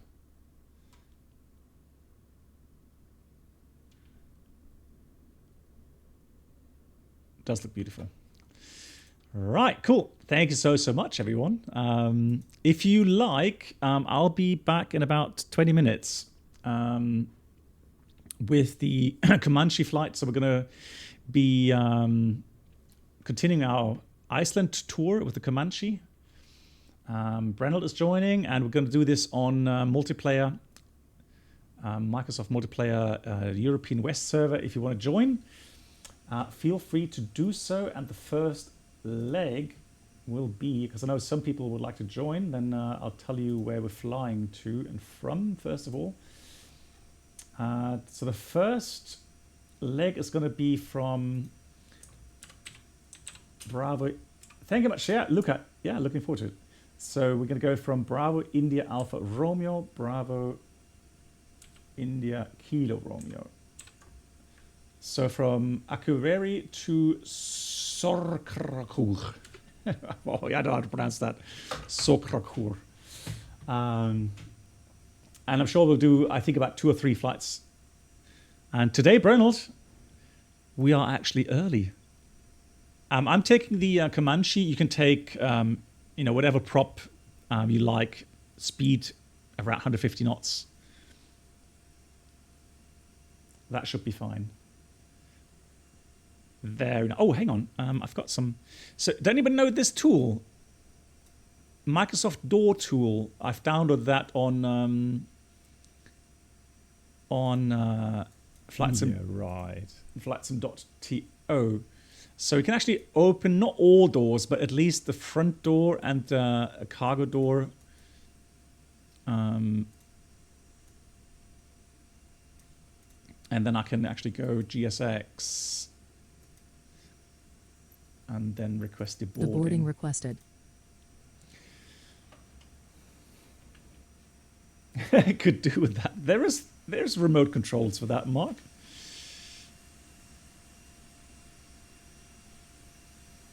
So I've actually set GSX so that it's only offloading front door and front cargo.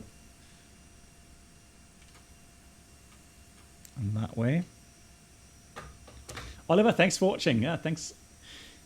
Yeah, we'll do some more interesting flights. I'm going to do another long-range flight with the 787. I think sometime next week. We'll be flying from Los Angeles to Honolulu. That's about a 5-hour plus flight, long flight. And then we'll do a 3.5-hour cross the pond in the Concorde on Sunday. Passengers bus is coming. So a couple of interesting, many stories, yeah. Yeah, Motosua, once again, thank you so much. Yeah, all the best wishes. And are you streaming anytime soon, Motosua? Would love to hop in.